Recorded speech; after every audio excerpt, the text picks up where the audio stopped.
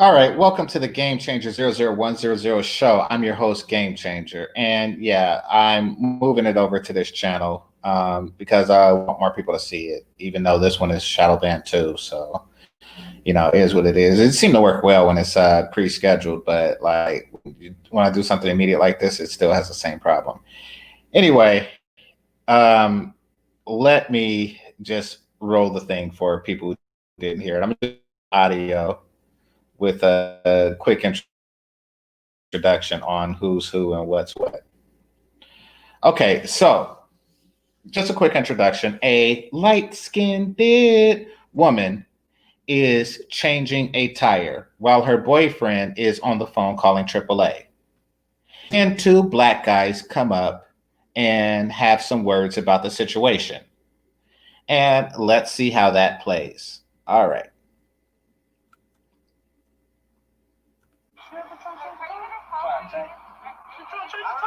Hey, my queen. Hey, queen. Hey, you need help? You need help? Hey, bro, why don't you down there helping her? Why she down there? Hey, man. Oh, Pop. I can be on the phone right now. Hey, bro. Why don't you down there checking the time for it, man? Hey, man. I told you to later with him, you about to do my queen like that. Hey, baby, hold on. Don't talk to her like that, man. Hey, you need to be changing her tire. You need to be changing her tire, bro. Where are you coming from, bro? Hold on. Don't be talking to my girl like that, bro. You got my queen down here. You changing her tire, bro. You need to be changing the tire, bro. You need to change the tire. You got my queen down here changing the tire. So here, let me do this. Let me just show y'all exactly what is happening here. Here,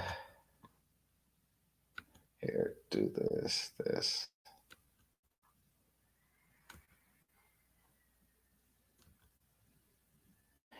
Okay, so behind these two black guys is white dude who they are going to force to change his tire and completely emasculate the guy in front of his girl.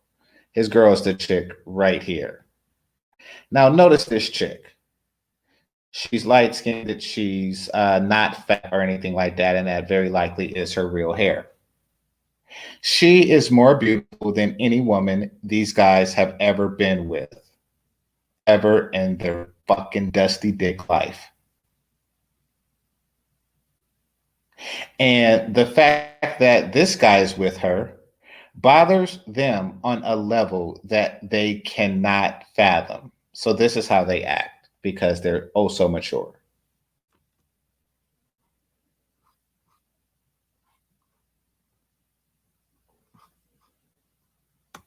All right, so let's play it some more.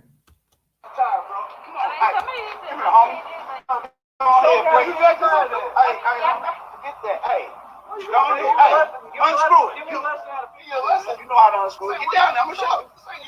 Get down there. Turn it. The other way. Turn it the other way. The other. Man, you got to change that. You got my queen down here. Nah, he needs to be doing it. You done sit there and, hey, you done got my black queen changing tires, homie. You got my black queen. How is that your queen? I got it. Hey, if she is your king, then if she is your queen, then he is your king. Because he is fucking your queen. I'm trying to call AAA, bro. I don't care who you try to call. You need to be changing this tire. Don't let this dude act stupid on you. Don't let this dude. Did he even got the car? You can count this on? Am I counting this? I do my own taxes. Are you you do taxes? You done sit there, you done got the wrong white dude or something. This dude ain't. You got the wrong white dude. Y'all hear this? Bro, I got 800 credit, my friend. Hey, you better have a haircut there, credit. You got to change the tires. Like this 400 years ago and shit. You said 400 years ago? I guess 400 years ago, motherfucker, you heard me? Oh, y'all been touching shit.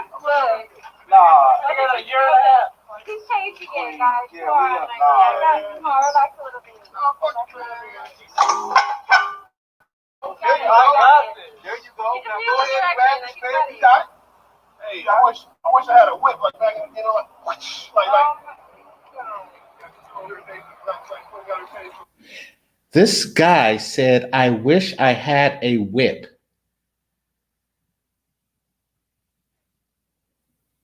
They're getting off on this. I know about the corona thing, my bad. You know what I'm saying? I see you over here. And I see the man playing Candy Crush or whatever he's doing on his phone. Candy Crush. Come on, buddy. She got the mask on. She know we right. She know we right. I think I saw you on Tinder. You saw him? I think I seen you on Tinder. Yeah. No. I think I saw you on Tinder. So we know you're on Tinder. He said, I think I saw you on Tinder. So we know you're on Tinder. Women are swiping left on you while he is swiping her vagina at night. Swiping his balls across her lips while the women on Tinder are swiping right on you.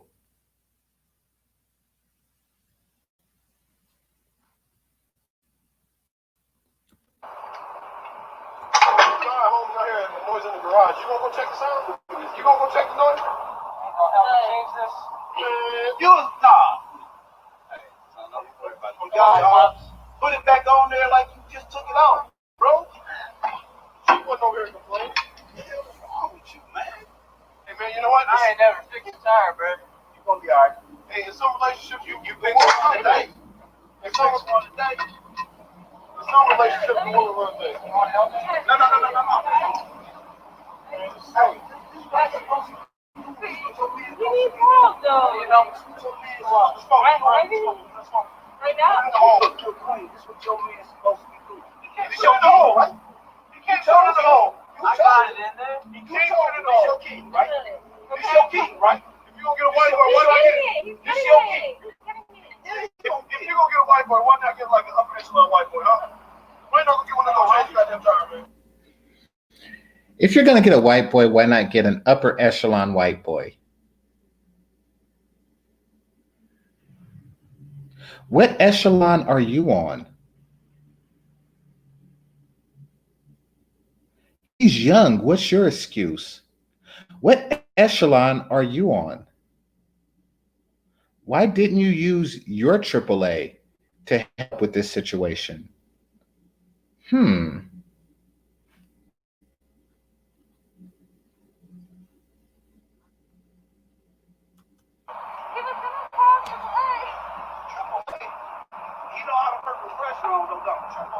He didn't know how to do it. He didn't know how to do it. Can you acknowledge it for at least getting it now? At least I'm trying. She fight about it. No, Okay, so this is white. He's a diamond.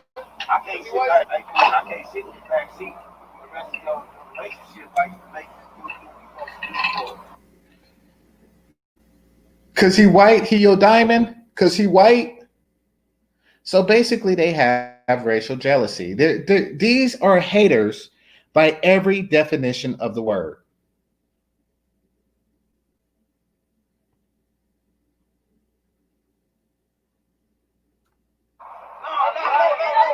No. He got it. Put your foot up under there. It'll hold it. Look, put your foot up under there. It'll hold it. There you go. Now screw him in. You're lucky you here, because I wasn't nigga, man. Ain't nobody phone at me. We need to record this one. We don't know how to change this fucking tire. I never changed a tire in my life, man. So you did today? Man, you did today? What's your name on Facebook? I'm just saying.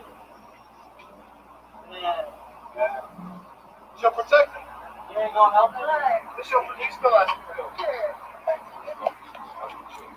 This your protector? They're not even trying to hide the fact that they're trying to emasculate him. Like, they're not even doing it under the disguise of, we think that it's undignified that you're down there changing the title. No, they're basically trying to say that I am a better man in the way that I measure masculinity. And I measure masculinity by the ability to change a tire. Or, when something go thump in the night, I go down and see what's going on. If I'm with my homies and I have more homies than there are people in the garage, and or I'm bigger than them, then I go check the motherfucker. Oh, and if he's unarmed. But situation was reversed, I'll be like, no, Black Lives Matter. How can you do to me like this? This is like 400 years ago and you had a whip. Bitch, please.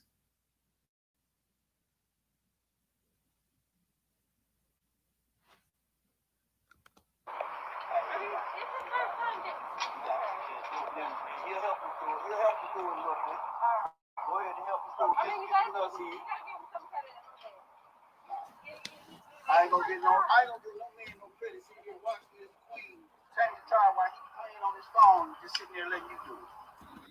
Watching his queen. Oh God. This is just awful. You don't know our history of this country? Right now, we have to go there. Notice how much more mature she is than they are. They think they are turning her on, but really she's cringing. She's like, are we really going there? Like this? And she's younger. They think that they're seducing her, but really she's looking at it. What's going on, Art? Really, she's looking at this situation like, oh my God, this is just cringe. I can't believe adult men are acting like this. And you wonder why he's my diamond and you're my coal. He's standing above you, and you down the ground. Say it again. Come on, finish, bro. Just finish. Change the tire, homie. Do you know who Harriet Tubman is? Do you know who Harriet Tubman is? This ain't what Ebony and Ivory supposed to be. This ain't. This ain't what Ebony and Ivory is supposed to be.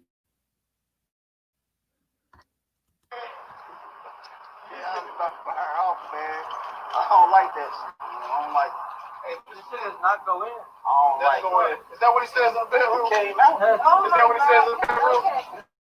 Shit won't go in. He came out. 10 years ago, I just grabbed you by the wrist and walked away. Once you got it in, here. Put it in the bottom, homie. Put it in the bottom, homie.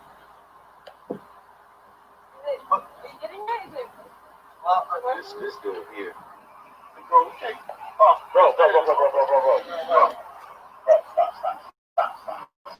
Man, stop. There you go.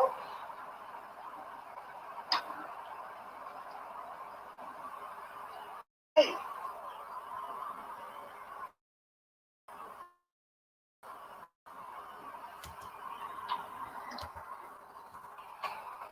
Bro.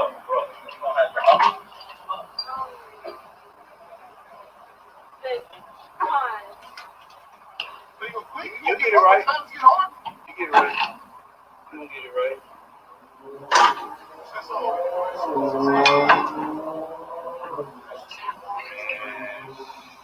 I want to fire out on you so bad now. Come on, man. Right. I want to fire off on you so bad. So through all this, they're still angry at him for doing the thing that you want to do to her and with her. And now you're saying I want to fire off on you. So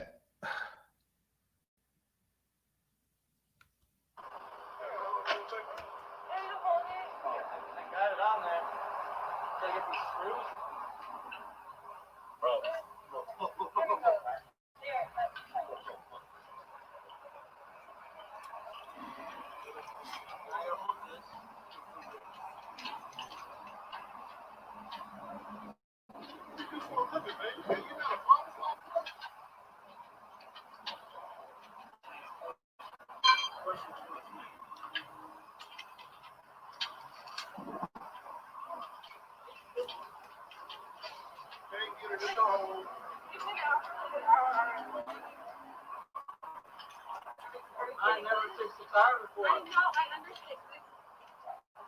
Like, at this point, we can fix it. We got it all.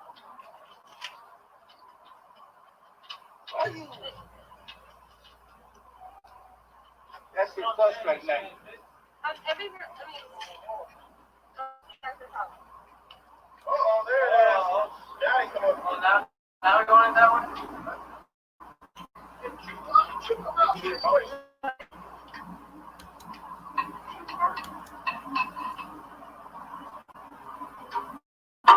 First one in 49, then let him do the rest, bro. Let him do the rest. Bro, put your foot up under there to lift the tire up, man. Damn. Simple stuff, man. But you was about to go through this. You was about to go through this. Whenever I need to get it done, that's all I get out of here. After an hour already. Like, after that, I have to tell you what we're talking when we get back.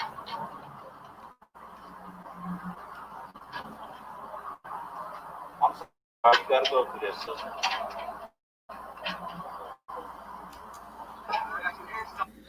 I'm sorry you got to go through this, sister.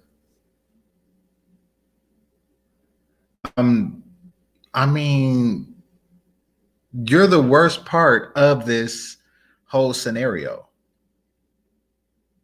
You got it? Now let him do the rest, man. Let him do the rest. In the bedroom? He say, baby girl, I can't get it in the hole. Baby girl, I can't get it in the hole. Hey, sister. She's saying you don't need to go there. They don't realize that she is not impressed by any of this. They take a look at the screen. Hold on.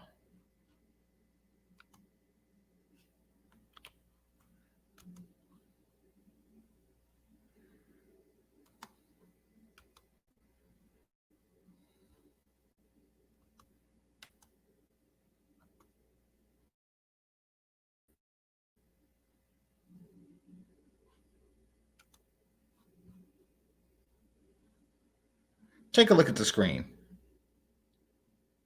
He's being made to change a tire.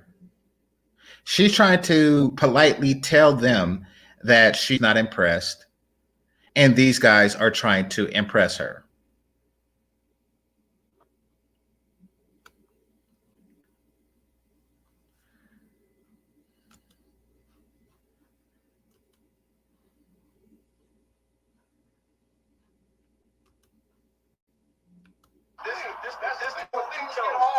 This the dude you chose. He gonna fall like a picnic table. This the dude you chose. Why are you trying to get in a relationship, man? I ain't trying to get in your relationship, but you change the tire. Look, man.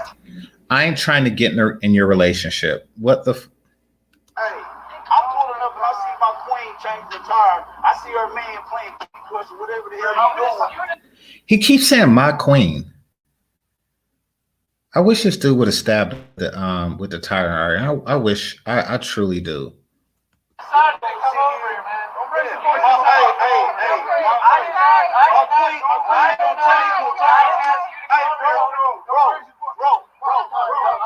Don't raise your voice.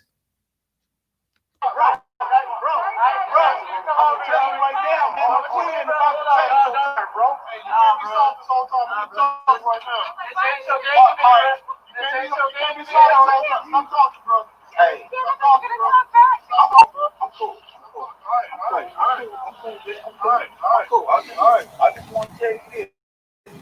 Tell me what, bro? You're not about to have my money. My heaven. Hey, you just going to deal with it, bro. That's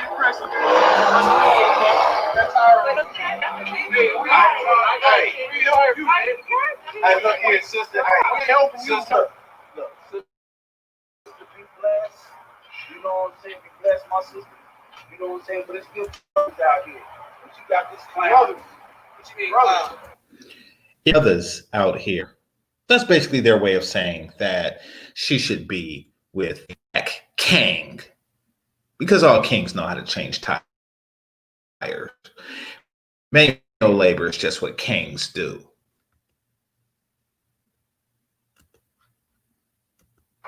You a clown, bro. You was a clown. You was a clown, bro. You a clown. You a clown. So when he come over here, your woman changed the tire, bro.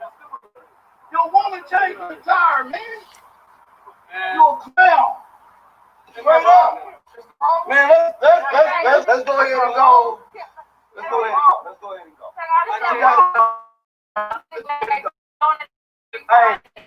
Hey, I changed the tire. You need to do better. He said he changed the tire. Choose better. He said he changed the tire. Let's roll. Hey, don't even argue.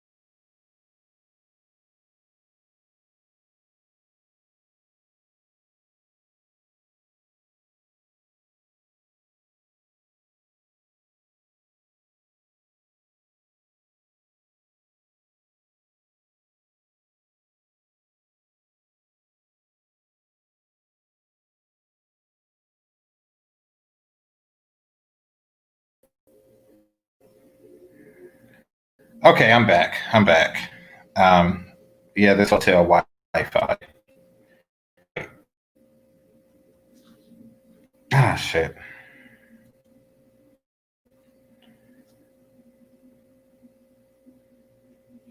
Hey, my queen. Hey, my queen. Tired, bro. Hey, you can't be soft this whole time. I'm tough right now. You can't be soft this whole time and be tough right now. Hey, I'm cool. All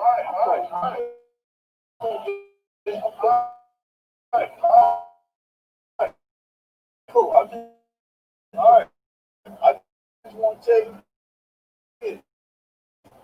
Tell me what, bro. You're not about to have my changing no tire, homie. Hey, sister. Hey, sister. Hey, look, sister, be blessed. You know what I'm saying? Be blessed, my sister. You know what I'm saying? But it's good brothers out here. You got this clown. You're a clown, bro. There's good brothers out here. Brothers. Clown, bro. What you mean clown? You a clown. I got that tire up. You a clown. So when you come over here, your woman changing the tire, bro. Your woman changing the tire, man. You a clown. Straight up. Let's go ahead and go. Let's go ahead and go. I just want to say something, but like I don't at the same time. Like, I don't want to show time. So basically, she's doing her best to not make him feel more emasculated. You know, I want to say something, but then I don't at the same time. Because she knows that anything that she says is going to make them want to aggress more and beat their chest more. Choose better. He said he changed the time. Choose better. He said he changed the time. Let's roll. Hey, don't even argue with him. Don't even argue with him. You gonna probably drive off with the damn tire. You gonna drive off with the jack? So he's about. What you gonna do when shit get rough? Basically, they're just trying to point out that she shouldn't be with him because he can't protect them. Like these niggas cannot fight. I mean, I hate dudes. I hate dudes like this. I truly do. What are you gonna do when times get rough? You know that song, "You Ain't Shit Without Your Homeboy"?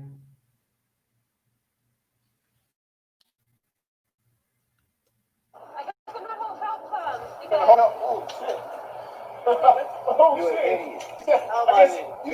She said if something happens, she said if happens, she gonna have to help. How to make this move? This here, bro. Can't even. You know, I'm gonna text you. I don't like violence. So I'm gonna show this, bro. It's a test. I'm gonna show you. It's a test. I'm gonna show you. I'm gonna show you.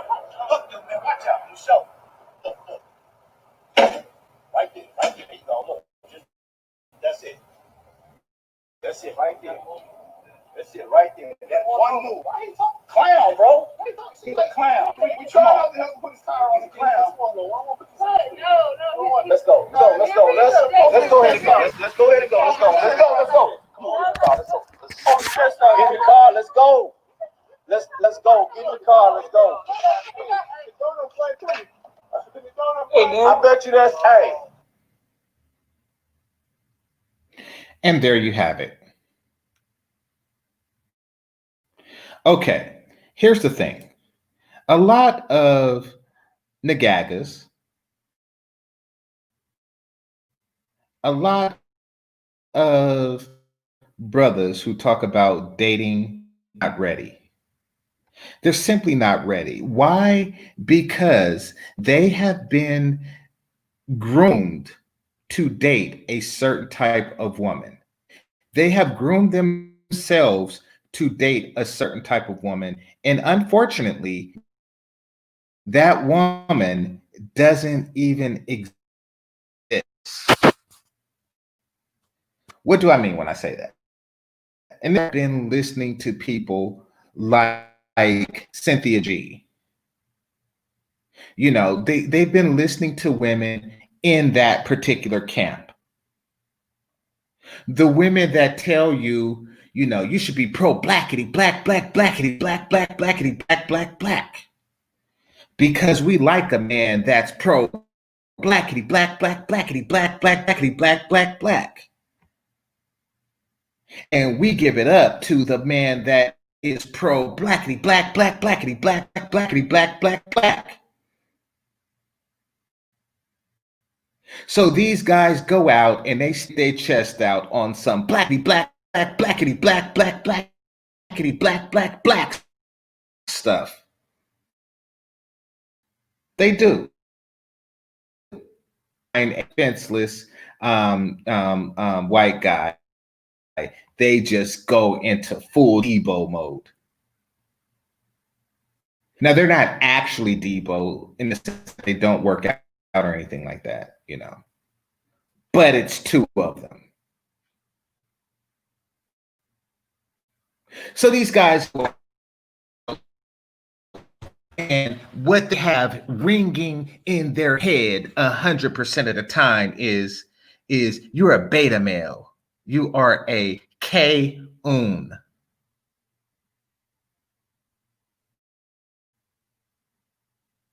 You're a beta male. You are a K-un.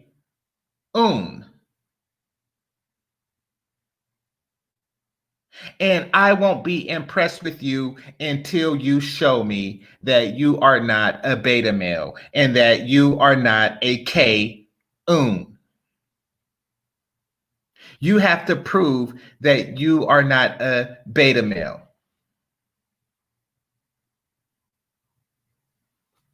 So they behave like this.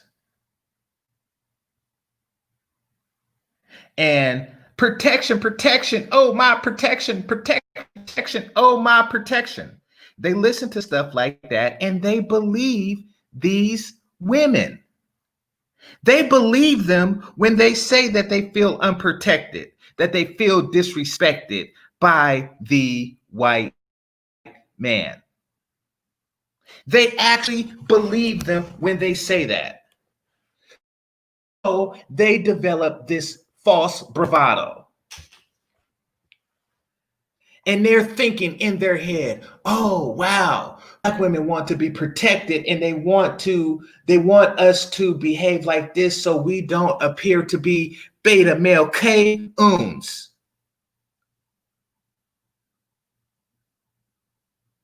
So we're going to do this. And they made fools of themselves. They made complete and total and utter fools of themselves. And they still didn't get the girl.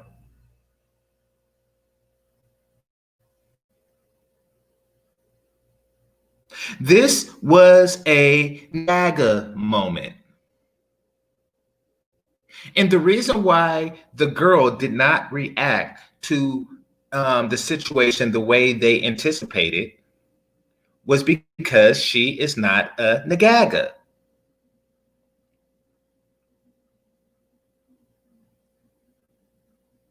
Period. She's not a nagaga. And that's why she wasn't using the opportunity to shame her man, her diamond.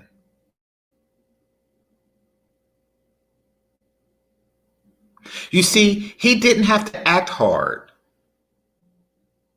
He don't have to be this tough guy. Yeah, because we tough guys. Yeah, we's a tough guy. Yeah. He could be himself. Because real women want men to be themselves. Oh, they'll test you.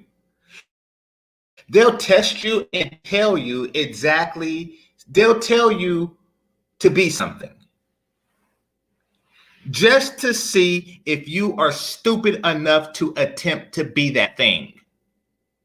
Oh, I love a man who is such and such. I need a man who is such and such. And you go out and you pretend to be that man. I need a soldier, someone that's going to stand up for me. And they see if you're stupid enough to do it. And you do. Now, keep in mind, mission accomplished. Mission accomplished on these two simps. Why do they tell simps like this to behave this way?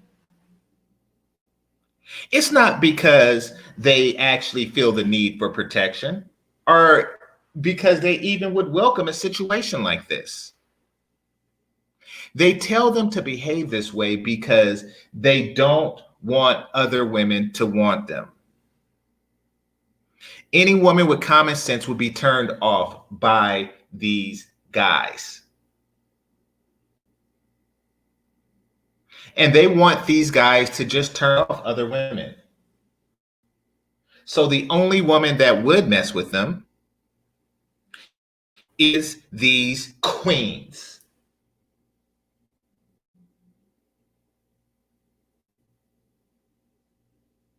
Do they know how weird this is? To people who are not used to situations like this? This nagaga moment? Do they know how weird it is? Imagine you're a regular human being. And something like this happened, and you're trying to explain to other regular human beings what happened.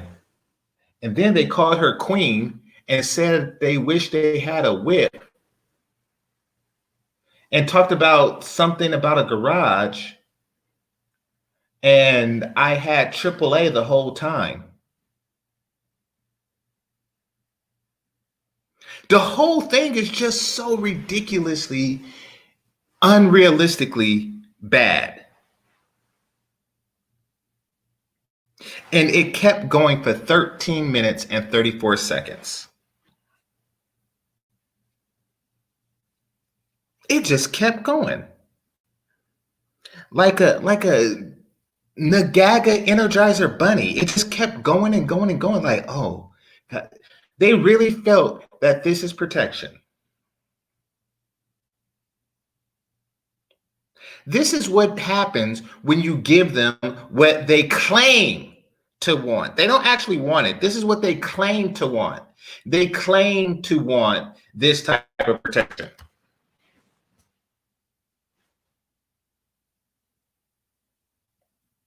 But this is a false claim.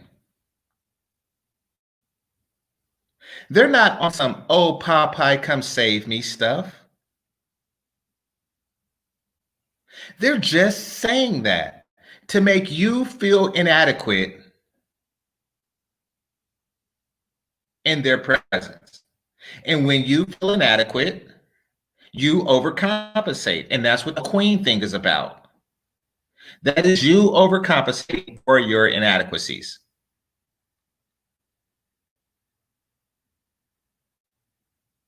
And what you see here was a full manifestation of overcompensation.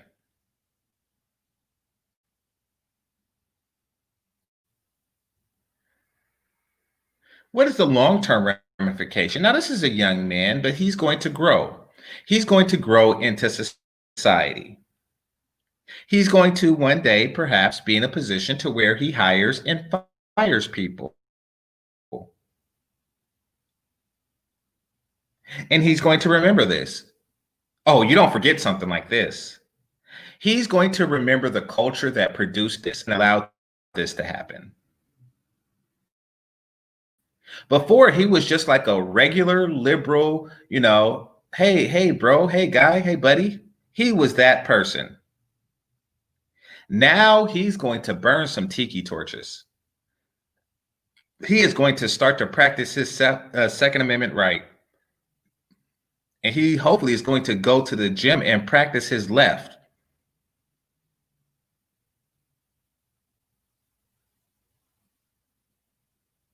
We make the white supremacists that we see.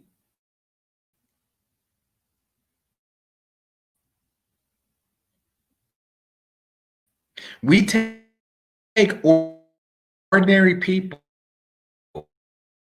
who's done nothing to no one.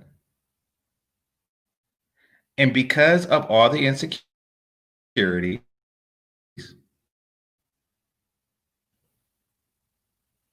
and we make enemies. All to appease our diminished sense of manhood. And all because you think that doing this is going to get you the respect of a woman who generally doesn't respect you. Like she's not, and I'm not talking about that, come out in the sense of the B dub not respecting the BM. I'm talking about mature, intelligent women don't respect guys that behave like this. Guys who bully to try to get panties.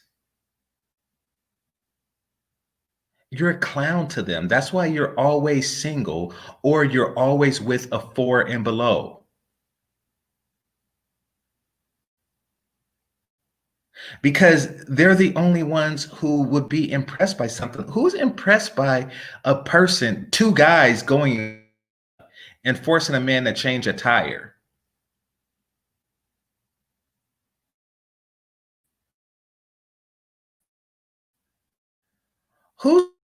What did they think was going to happen? Oh, you are for doing this for me. What kind of woman thinks that way?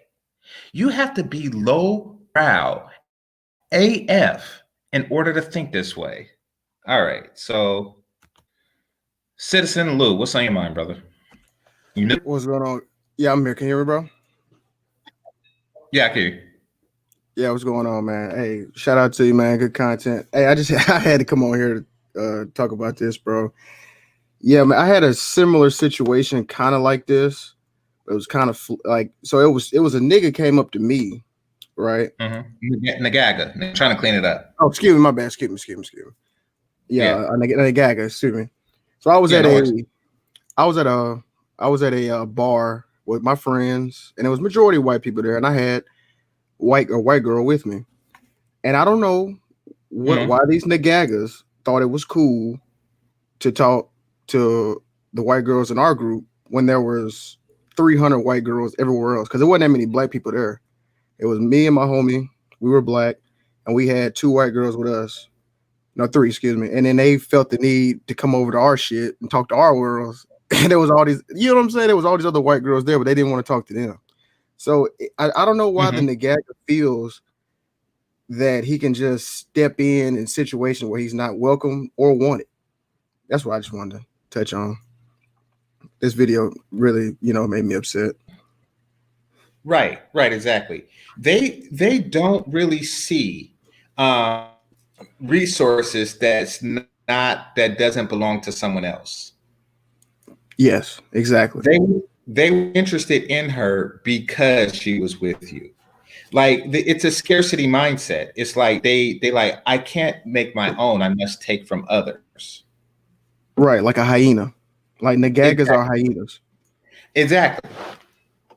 And also they needed okay, she is interested in black guys, unlike, and we're not sure about all of the other women. And their form of seduction is that bravado, attempting to punk somebody. Go for it. Oh, keep going. No, keep going. My bad. I'll jump in. They think that that's sexy because Keisha told them so. Is what I was gonna say. Yeah, spot on, brother. And what kills me about the nagaga is that why don't you just ask? Like, ask me how I got a white girl. You know what I mean? Like, don't just do all this extra shit. Just ask, bro. Because she's not leaving with you. I can assure you that, bro. And I don't know why they thought that jumping on that that white dude in the, making him change a tire. I guess they thought they were just gonna ride off into some hood Cinderella story. Yeah, you saved me from the white man, or some He was some forcing ridiculous. me to change the tire. Yeah, exactly. That's how Yeah, they picture it. Go for it. No, I bad. Keep going, bro. I gotta lag a little bit. Sorry. Okay, but that's how they picture it happening. That was the end goal of what transpired. They thought that after that she was going to leave with him and them, and double penetration, happily double penetration ever after. And you gotta ask, has this technique worked before? It hasn't. It's never worked ever. Nagagas are slow. They do the same thing over and over again with failed success, thinking that it's going to work. And they actually fantasize about that. They feel so inferior to people like yourself and him, that they feel that this is the one area that they are superior in. And in the scenario that I brought up, it was changing a tire. And in the scenario you was in,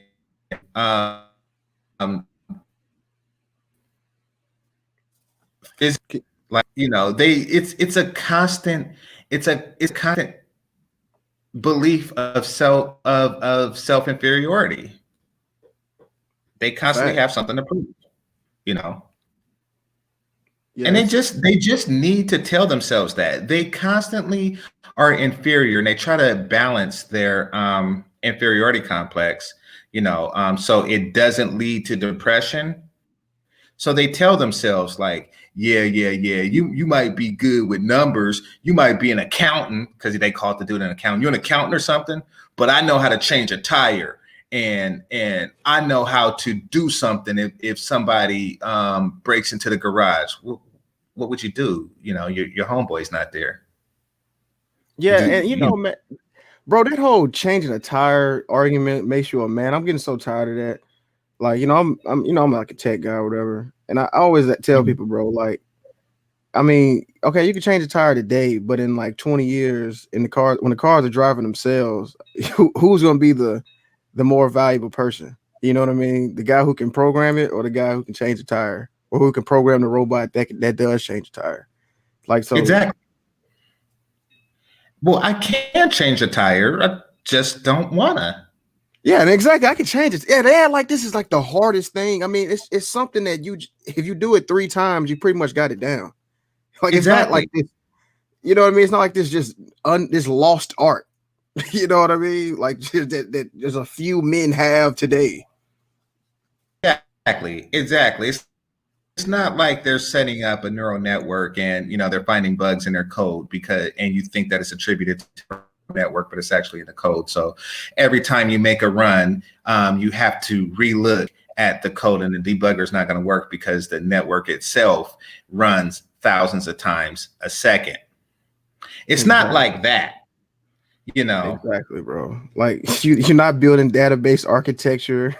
You know what I mean? You're not building kernels. Exactly. You're not doing anything of relevant. Like this, it kills me. Like you're doing.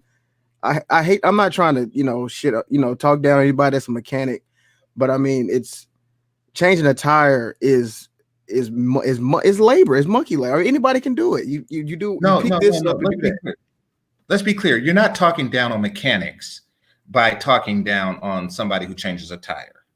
A mechanic is a highly skilled thing. Okay, exactly. Right. Okay. That have a number of skill sets that far exceeds changing a tire.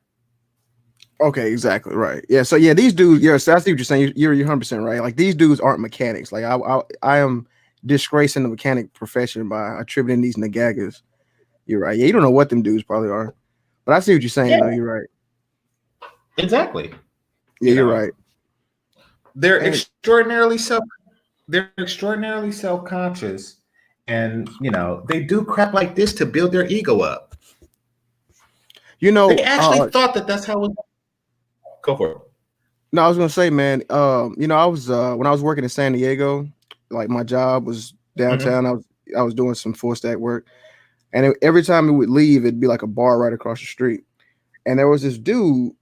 He was walking with his girl, and it was a gaggle of nagagas pulled up, and just causing trouble. And then he was all like, "Yeah, I think the dude didn't. He was in their way, or I mean, I wasn't paying attention to the nagaga stuff, but they were like, "Oh yeah, I'll get on your girl. I'll get on your girl. Hey, shawty, come talk to me later when he ain't hitting it right." I'm just like you know what I'm saying? Like, if he would have called it like all type of N words, pulled out a strap, I would not have been mad at all. I was like, man, y'all dudes really need to be laid down. Like, what is wrong with you Negroes? Right.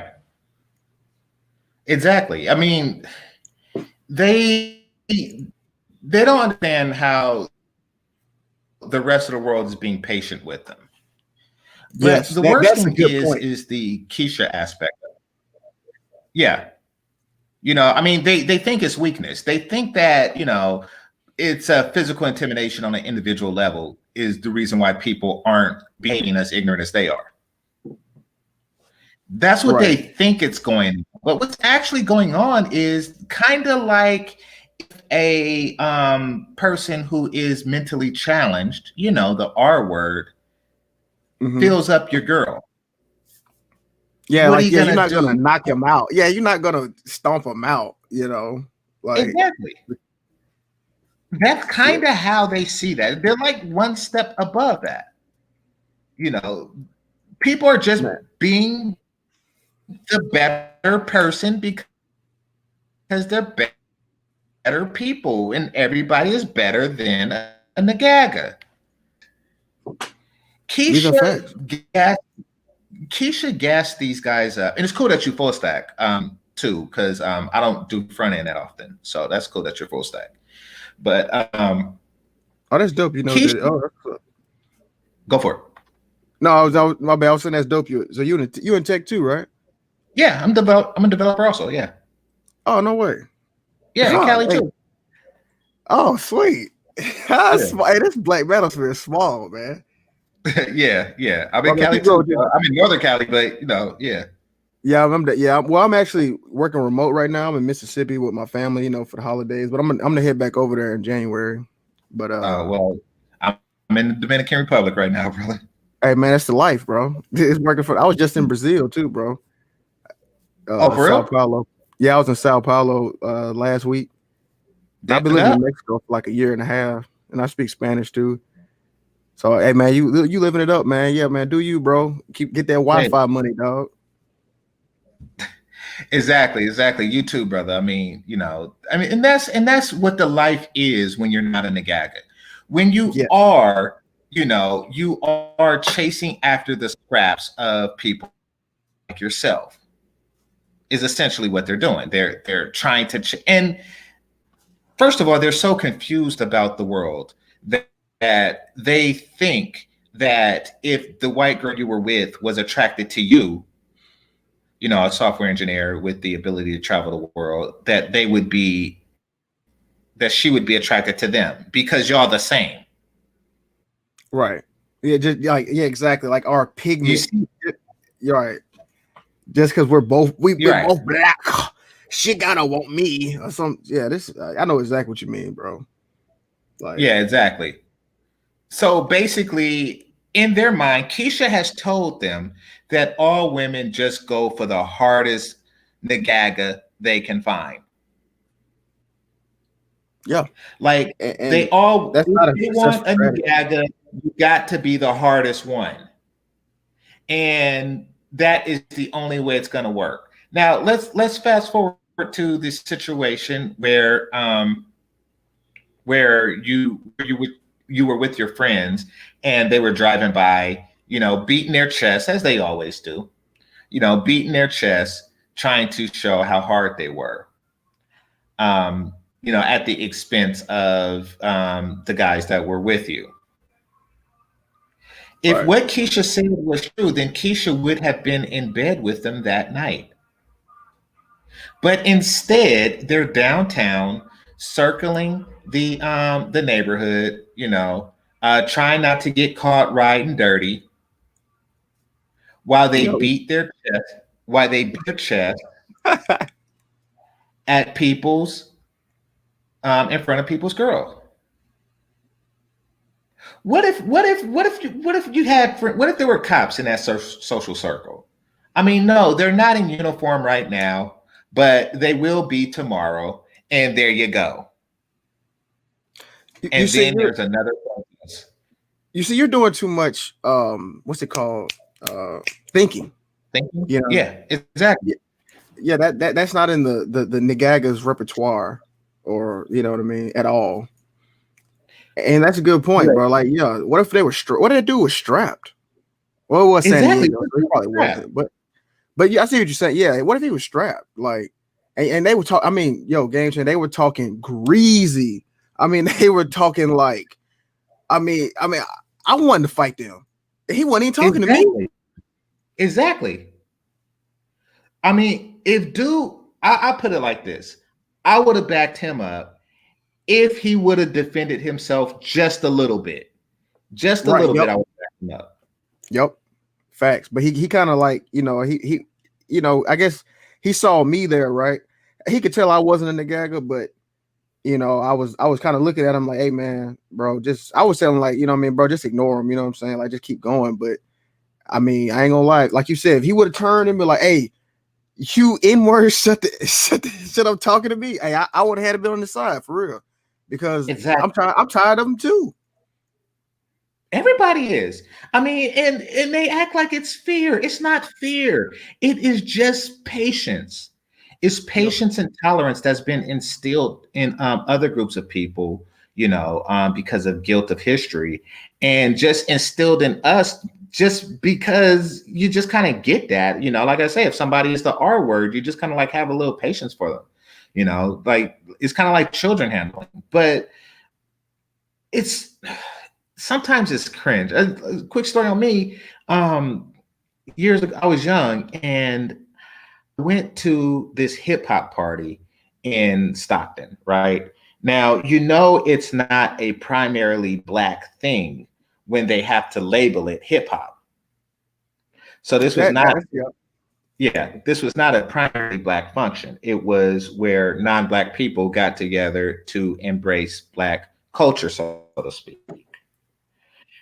My boy was with this Asian chick, and I was with her friend, this white chick, right? So went up to the bouncer, you know, this white dude that's seen some gym time, and I didn't have my ID. I was young. I had the piece of paper that precludes the driver's license. You know what I'm talking about? Yeah, the permit thing. Yeah, well, not the permit, but you know, the DMV prints it out and you're waiting for it in the mail type deal. Oh, like I got you. Yeah. Yeah. So I had one. Yeah. So when you get pulled over, it's cool, but it don't have a picture of it, so it's not going to get you into a spot. So, you know, so I was telling him, I was like, look, I don't have my ID. I have a university ID and I have this. You know, I know you want a California ID, but this is what I got, you know. And then she just was talking all kind of crap to him. And, you know, and then she put like a middle finger, like 1.5 inches in front of his face, you know, and I just told him straight up, like, look, I don't know this chick. I know I came with her. I don't know who the F she is, but this is my situation. And he just talked to a manager, and the manager, I was like, look, I don't drink, so you don't even have to worry about that. This is my seat. This is my DMV paperwork. This is my school ID. This is what I got. You won't catch me at the bar. You'll catch me on the dance floor. That's it, right? You know, and he let me in. And so, and that's how it got started. I'm like, okay, I'm gonna stay the F away from this chick. She's just on some, you know, emulating stuff, you know, because she thinks life's a music video or some crap like that, right? You know, so kicking it, and then the party's over, and it was these dudes that was sitting down and mugging everybody because, you know, they hard posing. And this was when cell phones was relatively new. This was like the late 90s, right? Mm-hmm. So So he's on the phone talking greasy to somebody on the phone, right? One of the dudes talking hard. And then he gives the phone to the other dude and he walks back in the club when it was over to continue to talk hard. I was like, What? y'all passing around the opportunity to pretend like you're tough guys. This is ridiculous. Y'all sat there the whole night mugging like you're too tough, and then not talking to any of the chicks, not dancing, not socializing, not doing anything. But this is your mating call, pretending to be the tough guy on the phone, on the cell phone, while you pass it around and give your friend the opportunity to pretend to be the tough guy. And I'm pretty sure the person you're talking to is at another club on the other side of town, also pretending to be a tough guy while talking to you. It's so ridiculous. That is your life. Like you just imagining what life is like being, a dumb nagaga. It must just be so frustrating because you just don't know why, you're a loser, and you don't know why you'll never get to the next level. You'll never get the women you want, the money you want, the success you want, and because you just have to keep portraying, like you said, this bravado, like this. I'm the toughest. Oh, ain't nobody gonna swing on me in this club. Like girls just run to that. Like it don't work. Exactly. You know what like you wouldn't be a complete idiot if it worked. I mean, right, exactly, it would really take exactly. something, like if women actually behaved the way that they say they do in music videos and YouTube channels, then that would be one thing. But they don't. And that's why every time I see you, you're with an overweight woman with somebody else's kids. Like, it's not working. Clearly, you're not getting the best of the best. And the ones who are getting the best of the best are doing the exact opposite of you. You, because of diminished IQ, don't realize this. So you continue to do the same thing that getting you the worst results for decades. Yeah, and you just keep dilute. Well, I was gonna say you just keep getting the worst type of women, so you just keep diluting your gene pool, and it just gets worse and worse and worse, and just the cycle continues. But yeah, man, the Nagaga dilemma must be dealt with. You know what I mean? Like this video really like upset me. That's why I had to come on, man, because I just had so many, personal, like just situations like this. Not necessarily this, but where Nagaga felt like he could come up to me, in a group. It's always a group. It's never one-on-one. You know what I mean? Never, because they it's believe never in one-on-one. overwhelming force. Exactly, and they believe that makes them look masculine. Like, who thinks it's masculine to jump somebody? Like, it tripped me out. And this isn't me clowning, attacking people from your neck of the woods, but when I was in LA. Excuse me. Well, let me interject with you real quick. I am from Mississippi. I am not from LA. I hate LA niggas. If you're from LA, you can get these hands at any moment. I'm gonna let you know that right now. So I just wanted to go. I have a personal vendetta with people from niggas from LA. But keep going, bro. I just wanted to. I bet you do, because when I was there, and I only go for like if something's going on, right? When I was there, I was at a club with some friends, right? And one of them was from 60, and they have like 60 crip or whatnot, right? And and something happened, and it was a Puerto Rican dude there, and about 30 of them just jumped him. I was like, dang, y'all just jump dudes like this? It wasn't it didn't even like start off as a fair one. And then a couple of dudes jumped in to like balance it out, but then, just to end it or something like that, which is bad. But still, they just like overwhelmed and then bragged about it and start repping they set. I was like, oh, these nagagas is on some ridiculous stuff. First of all, I've never been a fan of the whole Crip and blood thing. That was always lame to me. Like I was never lame. Yeah. Like even in like younger days, you know, I did like, you know, you wore like the big tall tees. I still thought that gang stuff was dumb. You know, Yeah. like you know, I was gonna tell you like kind of interesting. It kind of plays into this what we're talking about, the LA Nagaga that sparked the hate that I have for them. So I was talking to this girl, right? And we were chopping it up, and then I got her number and everything, and then she said, "All right, I'll check you later." And I asked her, "Was that dude she was with?" I said, "Is that your boyfriend?" She said, "No, that's just my friend." I was like, "Okay, cool." So we chopping it up. So she got a phone call, and she was like, "Hey, I'm gonna get up with you later." I said, "Okay, cool, bet." And this, mind you, the night was early, like it wasn't like time to go. So I saw her on the dance floor, and I walked up to her, right? And you know, I'm just like like we were chatting before, and then she looked very, you know, taken aback, like she didn't want to look at me. And you know, then the LA Nagaga, this dude tapped me on the shoulder, was like, "Hey, bro, don't worry, we all get curved." And I was like, "Curved? What are you talking about?" And then I'm looking at her, and she's looking at me like, "Bro, don't you say nothing."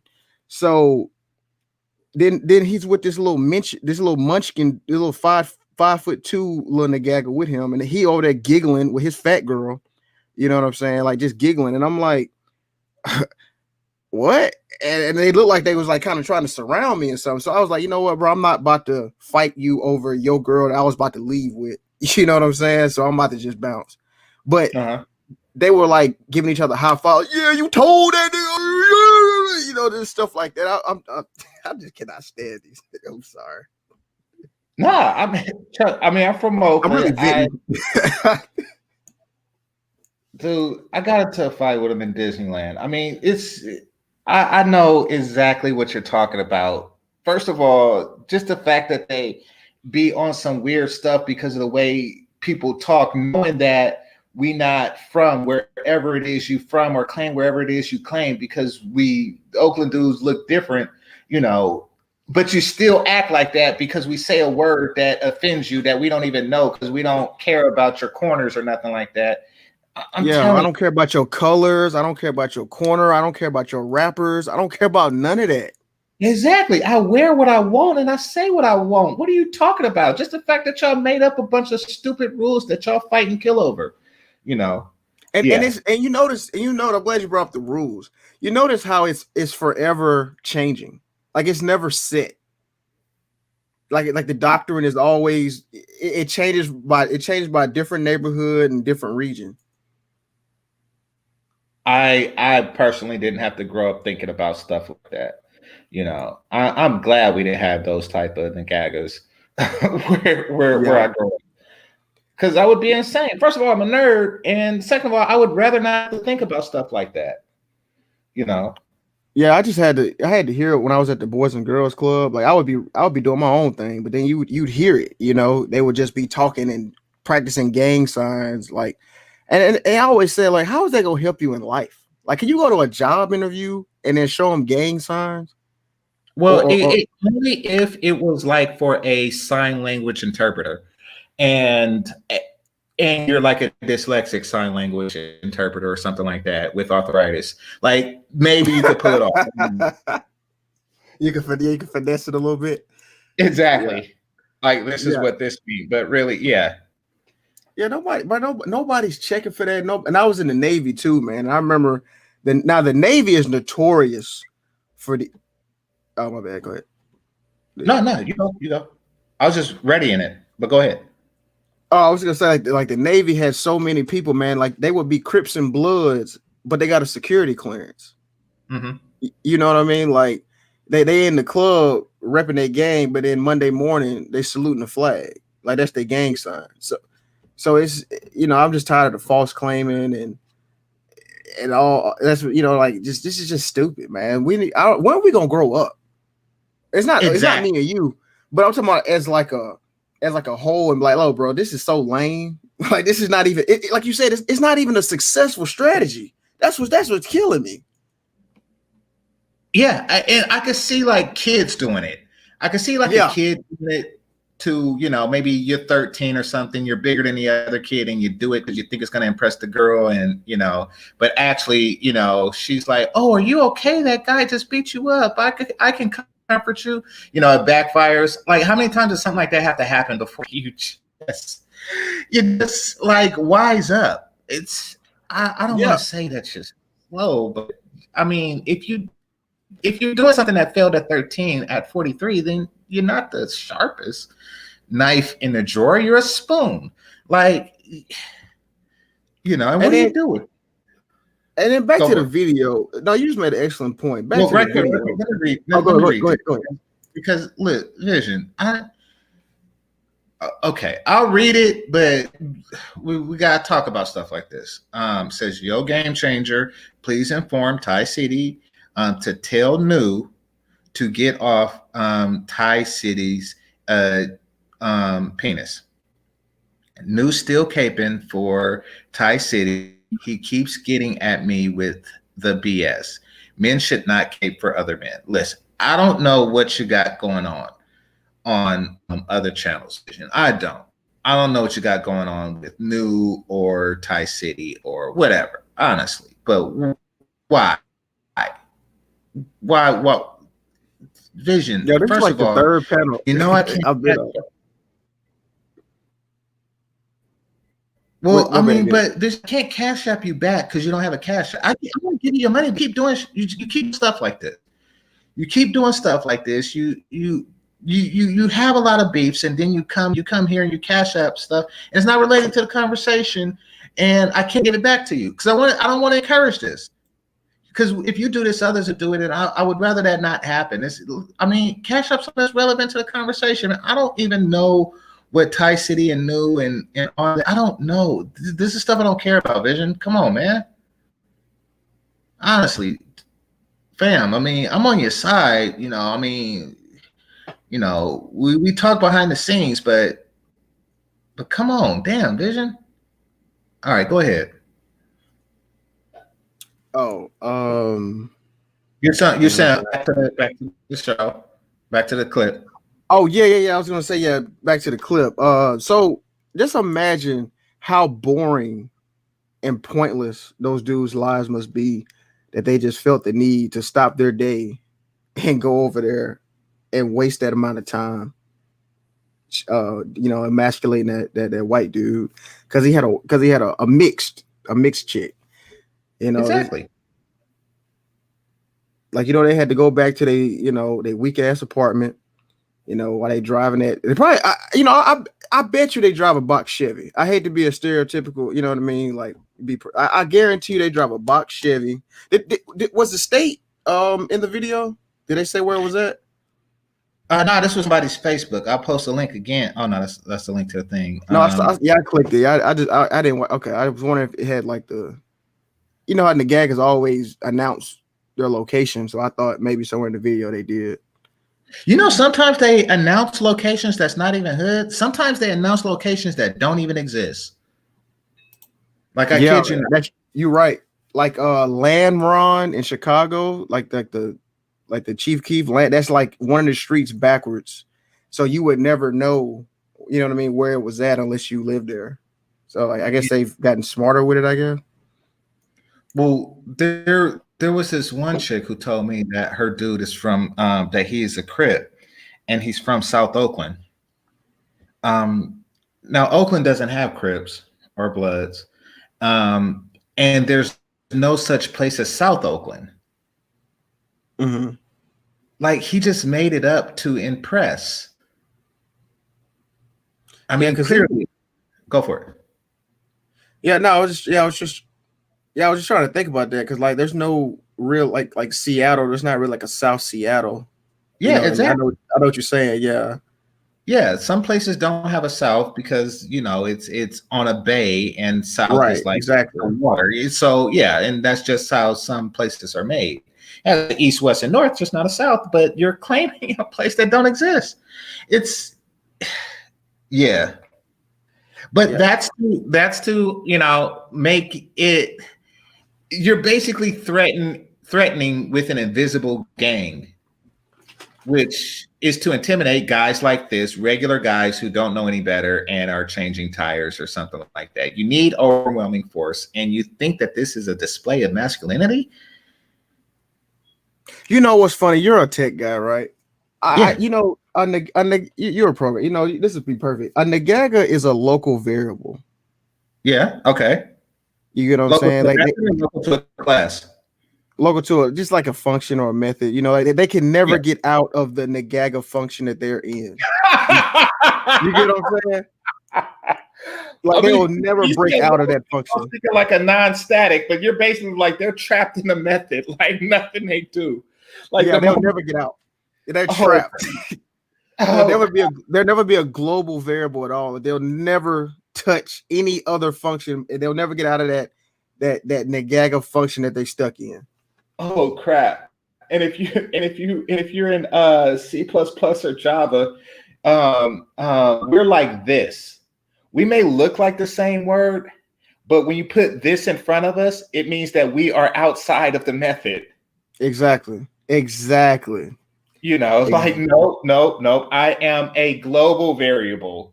Right, This, exactly, bro. You got it. Exactly. Yup. even Like, though it's bro, the same thing, I am a global variable. This is a local variable. That's why it behaves different and it has a different value depending on the method. And I could go to a different method. Oh crap! I'm bro, and definitely gonna use that when I talk to another developer about this stuff. yeah, bro. That's Oh, how I look at it, bro. Because you know, man, I'm truly done with the gaggers, bro. Like, oh yeah. The world is. the word. That's true, bro. That's why I be trying to tell people, like, bro, do y'all not understand how tired of you people are? Like, people are disgust. Like, people not gonna stand for this anymore. You know, like, cause I know if I'm tired, I know people outside of this is tired. You know what I mean? Exactly. I mean, and that's why you have the tiki tortures and stuff. I mean, you know, it's you know, because before it was them being the bullies. Like what these guys did was the exact reverse. Something that happened would have happened in the 50s. Yeah, exactly. That's what. Yes, exactly, bro. Because I was So you like, had the moral, but no, keep going, bro. Keep going.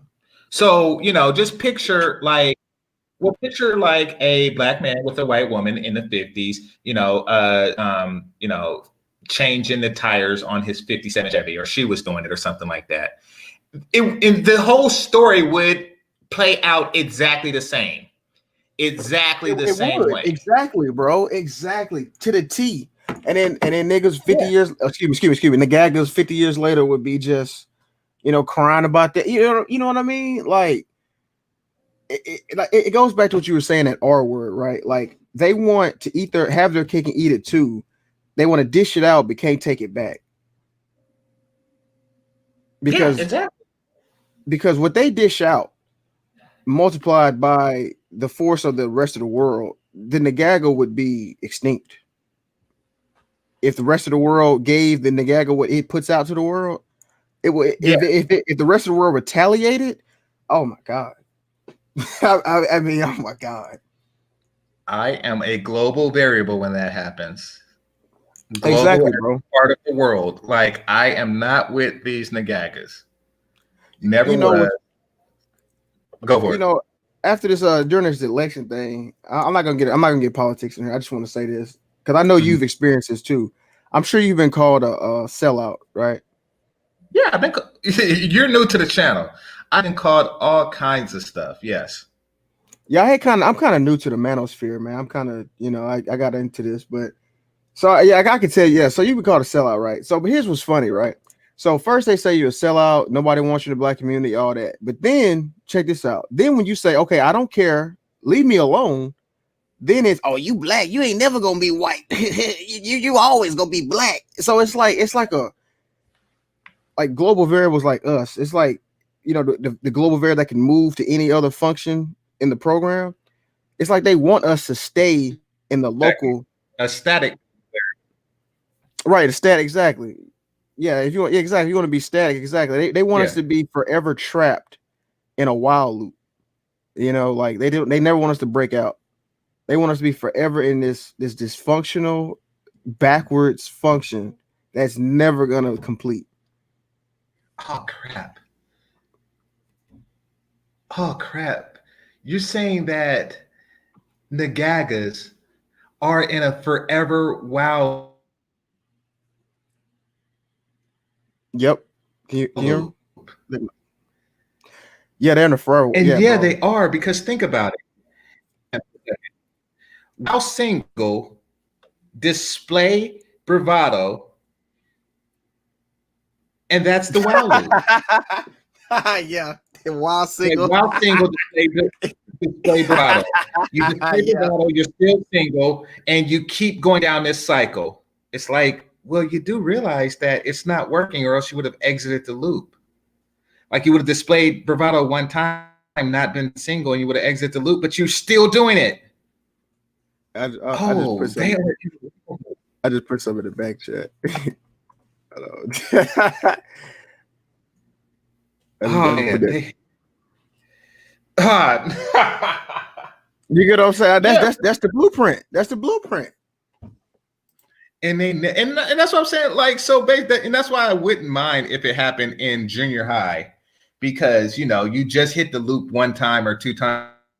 You kept doing it for decades. These dudes that were that age. Yep. And it's like, go for it. And I was it just kills me, that whole a real man thing with the change the tire, bro. Like, how you gonna, you know what I mean? Like, you not a real man. You know what I'm saying? If we, you know what I'm saying? Like, just because you can change the tire don't make you. No, I know a real man is not worried about another man's girl and how she's being treated. I don't know where they do that at. Exactly. And I mean, first of all, it means that you stopped your manhood there. It means that at some point in your life, you learned how to change a tire and you stopped your manhood there. Hold on.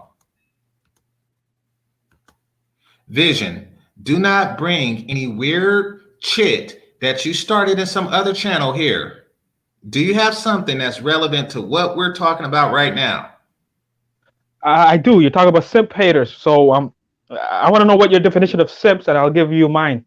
Do you want to go or I go? I showed the video. I displayed the video. But so I gotta go back. I'll go back and watch it. Or do you want to catch me up quickly? What's your definition of simp? Well, my definition was when I used to I never heard a word in my life, and I used to I never even knew what it was. Just like all this blue pill, red pill, and black pill stuff, right? Okay. And then of course the quote unquote game, and then you sort of learn you don't have game, so you try to go get game, right? So what's the guy's name there? Come on, help me out. Tariq Nasheed. There you go. So I ended up, you know this. I've told this story 1,000 times. I went and bought the books, trying to get game, and then I would listen to Tariq Nasheed, and pardon me, and they would always make fun. He was always telling stories about how he was a pimp. I never even knew about pimp culture until I read his book. He was talking about, who's the iceberg. His name is always mentioned, right? It's like, holy shit, this iceberg slim guy is something, because everybody mentions him, from Tariq Nasheed to the new game guys that we have in this space now. I'm not gonna name any names, but you know what I'm talking about. All of them. Mm-hmm. This guy is always mentioned, always, right? Then the word simp came, and then it was like, so basically the definition was the simp is opposite of pimp. A simp is a trick, right? And that was the definition. And so that's my definition from what I learned from Tariq Nasheed, who used to be a game dude, who's now a pro ADOS, whatever, black in all this movies he makes, right? But before that, they used to clown simps, right? And I remember guys would get on his radio show, and if they would clown you, just kind of like what happened at the game channel, not gonna get into that. So those to me are the simp haters, the game dudes. Dudes like Platinum Elite who go get chewed out on Tommy Sotomayor, and I'll leave that alone, right? Mm-hmm. Those to me, they are the ones who call us simps. They call us tricks. They call us this. They call us that. But let me play devil's advocate for a second. Mm-hmm. In this society, and what I've seen, and what do you guys talk about, like what Zero talks about with feminism, we were conditioned to be simps, bro. We watch if you're watching the movies and you're watching the cartoons. No, that's 100% true. Thank you. I mean, yeah. right? The music in the 80s, bro. You know, I want to look you up and down on all that nonsense. Hey, yo, it was amazing music. Don't get me wrong.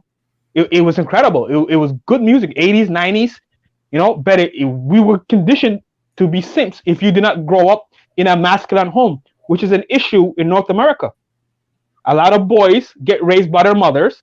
We grow up watching TVs. We grow up doing this. We grow up doing that. And if you don't grow up, even if you grow up in a, let's say, in a proper home and you're watching the media, you're being conditioned, you know? And just to kind of give you some context, remember you had a show on Shahrazad Ali a while back? You remember? You there? Hello? Yeah, I'm I here. remember that. I remember the show. Yes. Yes. So you know, I picked up a book. Go ahead. Yeah, we hear you, Game Changer. I think I might be delayed. So you two go at it. Okay, I'm just gonna say this and then I'll let you guys talk. I picked up that book again, and I'm on chapter 3, and I started reading it again. And my God, yo, like, she takes it back to 400 years that they had a game plan that was transferred from mother to daughter, and basically somehow society got shaped. Zero likes to say the cucks, you know, the beta males shaped society so that it benefits feminism, you know. And now we got a mess. We got girls who are 4s, 3s, and 2s who are rejecting everything in sight, you know, because they got 100 or 200 or 300 simp dudes, beta male cucks, blue pill dudes in their DMs who have no idea they're being gamed. And I just want to say, Shiraz Ali's on point, bro. I'm on chapter 3. I made it to chapter 9. I'm on chapter 3, bro. Oh my God. I wish I had known this stuff 10, 20 years ago. And I think I've said this before.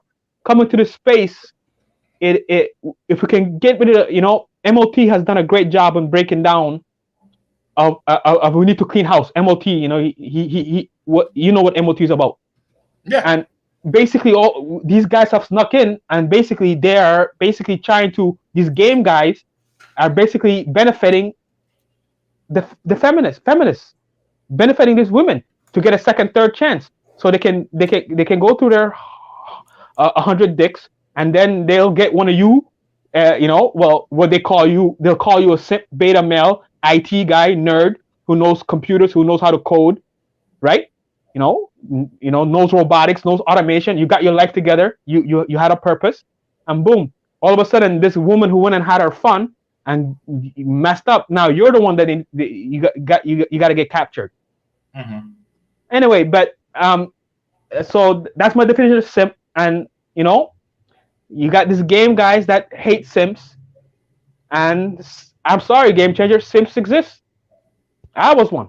So the thing is, and you got to understand, there's like a little plot hole in your situation, because you are saying that being a simp is the opposite of game guy.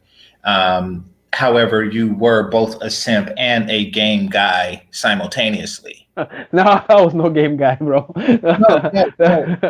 No, Vision. In a very real way, you were a game guy, because you know you were reading the books and things like that on game. Yeah. Now it didn't yield any results for you. However, Vision, I strongly suspect that it's not yielding any results for them either, and they're just lying about it while you're telling the truth. Yeah, that's true. That's true. I agree. So I agree. In a very real way, you know, you were both a simp and a game guy. So the two things were not mutually exclusive. I would venture to even say that they might be mutually inclusive, because if you define simp as somebody who is over obsessed with vagina to the point where they allow it to run their lives, then then they would fit the bill, whether they're successful or not, because their behavior and character is completely altered and determined by what makes the vagina happy. So, can I add this as well? I'm gonna say the quote unquote Pookie and Ray Ray. To me, they're the real simps when they go and impregnate 10 women and then these 10 women take him to the bank. Future is a simp. Look at, he's got to pay 35 mil a month or whatever. I don't have the numbers anymore, but y'all know what I'm talking about. These are supposed to be the gangsters. These are supposed to be the game guys, and yet they go and impregnate these women, and they get caught up in the trap by the Black Widow. They're the real simps, bro, and they get taken to the bank paying child support. So I mean, it's am I wrong? You're not wrong. I mean, but the behavior is found on all class levels and socioeconomic levels. It's just somebody who allows their lower desires to dictate their behavior and not being able to control it, while another is using that to control you. So that's pretty much what would qualify somebody, and you'll find that in all levels. I mean, you'll find it in higher concentrations in some places than others, but you know, I would say, man, in our field, man, it's a lot of simps. So I can't just say it like you said. It's not just Pookie and Ray Ray. I mean, there's people making 6 figures out here simping hard. Oh, I could talk about that, but that that was the goal. I've said this before. The goal was get the car, get the house, get the career, get the 6 figures, and then go find you that, you know, hot chick who's an 8 or a 9 and get married and have babies, not knowing that they have an agenda. You understand? That was the program. That was the program that I uploaded to myself, and that was going to be the plan. You meet some hiccups. Had I made the 6 figures, bro, right now, I'd be paying child support, and she would have half. You definitely would be. Yeah. Right. No, I didn't know. We didn't know. A lot of us didn't know that on the other side. A lot of us don't know female nature, and you know that and now they started to be like, not just in this space, in the white spaces too. I don't know if you guys know that Rolly Tomasi and other people. Did he get exposed? I'm sure maybe he did, but the concepts are there on both sides. Something is going on with the white and the black manosphere. They're starting to figure something out here. They're starting to figure out there's a program that you gotta watch out for. Now, Game Changer, I do appreciate you because you guys do the pick me thing, and you know they're out there, and if you can get one, go ahead, because there are relationships that are working, and I see what Game Changer is trying to do. But I think Game Changer, you gotta make that these, especially men of quality, men, a lot of men or boys in this space who are into STEM or into what's the other word here? Into trades, right? They're going to get their money right. They're going to be on their purpose, to not get with this girl that's going to take advantage. You know, to get with a right woman. I think that's how you can alleviate this. But and that's how I see it, really. Yeah, having a sophisticated vetting process is crucial, and that's definitely something we cover here, Vision. Absolutely, it is important. Era, what's on your mind? Hey, what's going on, Game Changer? How you doing, fellas? What's up, man? Chilling. What's going on? Peace. Yeah, on the whole simp thing. Excuse me? No, you're staticking, but go ahead. Oh. Am I clear now? Yeah, you good. Okay. Yeah, on the whole simp thing, I'm just like Vision was saying, we were like raised to be simps. Like, you know what I mean? We trying to live a simple life, not stress ourselves out, not get complicated, or, you know, things of that nature. And then a lot of guys have their own perception of their life and how they want to live and things of that nature. In the manosphere, for guys to call each other simps or try to use the simp as to bring a man down in his manhood, or like, you know, I don't think that's necessarily right. If we're all trying to look at each other as men and respect each other as men, I don't think that's necessarily good for us to do to each other. Like, you know, if a guy's a gangster or a nerd or whatever he is, or whatever, however he lives, if that's good for him, then that's fine. You know, I don't see where to try to break a man up and down like he has to please me. Like, you know, so he can be as simple as he wants or as complicated as he wants. I mean, it's no, you know, it's no dirt off my shoulders.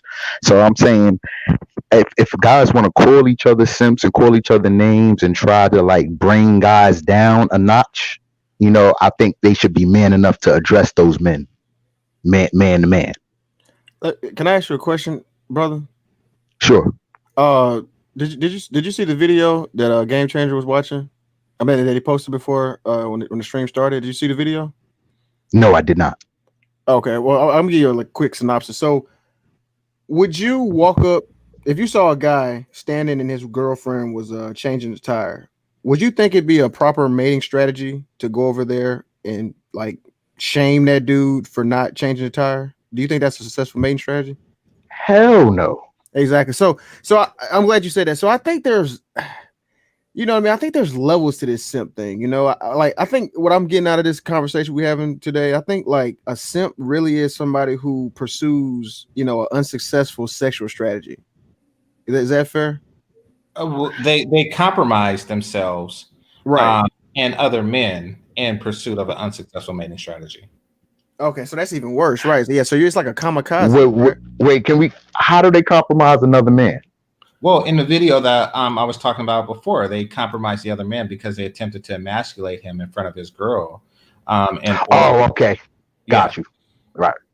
So, you know, I mean, they basically broke codes of brotherhood for the sake of sexual opportunity to to unsuccessful end.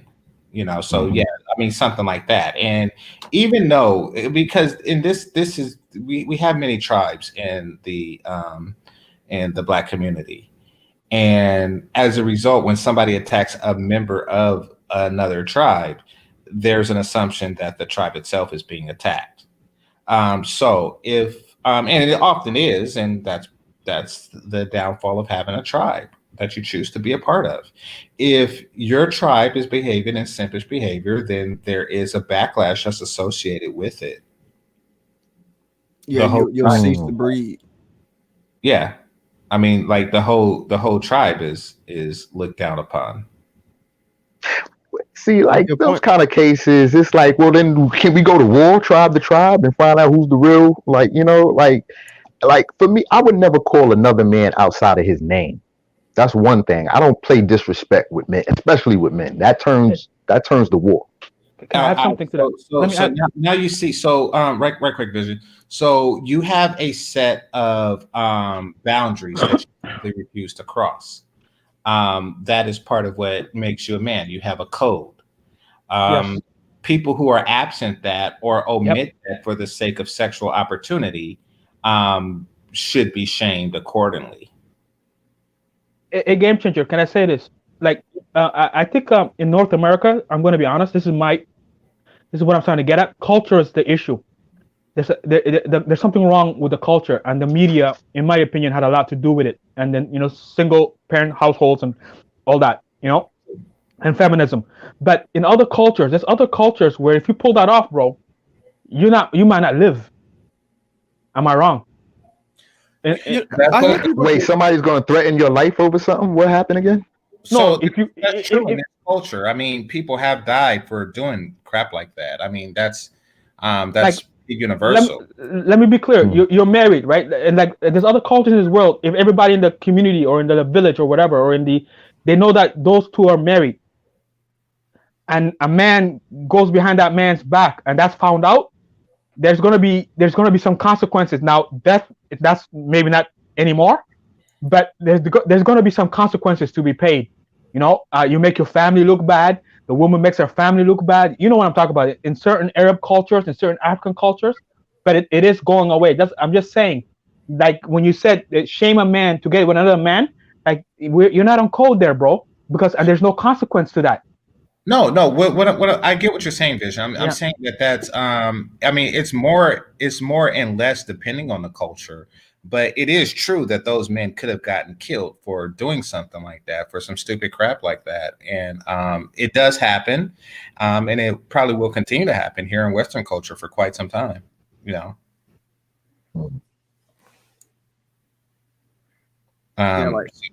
Go for it. Oh, I was gonna what Vision was saying, like culture. Yeah, I see what you're saying, man, but you gotta understand something, bro. We're talking about nagagas. You know, this is a special class of, you know, of stupid. And they don't come from anything most of the time. So they don't have any honor or decorum or code or anything of that nature. So, you know, you just have to And what you were saying, somebody was, I think it was you, Vid. You said like a war. Was No, that was no. that was It Aaron? was That was me. It was Yeah. Aaron. You said, well, yeah. Mhm. I want to touch on that real quick. Like, oh no, the war is happening. No, it's like a cold war amongst the black people and the nagagas. It's a cold May I- war right now. Can I add this Who are the quickly? McGaggers? Who are the McGaggers? The nagagas. Niggaggers. Oh, niggas. Yeah. No, I want to add. I want to add something quickly. Aaron, I'm trying to clean the channel. That's why I replaced one word. With Oh, okay. I'm sorry. I'm sorry. Yeah. I'm sorry. I just want to add this. So for the example you gave, and I'm just paraphrasing. So you girls there, you're changing a tire, and then a man tries to come and shame you. Now, if that works on that girl, bro, and there's girls like that, man, that girl's not for you, bro. Right? Like, Well, Vision, it didn't, and it doesn't. However, the Gagas think that it do. And it wasn't one; it was two of them. She was changing the tire, and these two guys came to emasculate him for making her do that, all the while trying to present themselves as the better mate. So, And Yeah. I want to touch on what you That said. that just sounds like you just like barged in somebody's business. Like, you know what I mean? is. What if she's the better tire changer? What if he got a cut on his hand? I don't even know what he was calling AAA. I mean, she was the better tire changer, but he was calling AAA. Like, But yeah, you're right. They were getting into their business. And another dynamic to it was that she was either mixed or light-skinned black, and he was white, and the two guys that approached were black. See the dynamic now. there's more dynamic to that, bro. But then, Vision, what you were saying. Yes, it is. You could be looking at like, okay, like from the black guy's perspective, like, oh, like this woman is like the white guy's slave, or like she does the major work portions. My queen is changing the tire. My queen, oh no, goddess, how That's exactly what they said. That's exactly what they said. Yeah, you're being sarcastic, Vision, but that is exactly what they said. Yeah, like word for word. Like, Yeah. like that's crazy. Yeah, real talk. My queen should not be changing the tire for this white man. That's exactly what they said. Yeah, you're joking. I can see that aspect. I can see that. I can see that. That's If it's a racial thing, I can see it. That's how predictable nagagas are. You quoted them perfectly without even seeing the video. So, Ira, I mean, it's not really a racial thing because it's not slavery if she's choosing to do it. I mean, slavery would actually be them forcing him to do it. They actually forced this guy to change his own tire, even though he had AAA. So that's slavery. She was choosing to do this. Right. So, Right.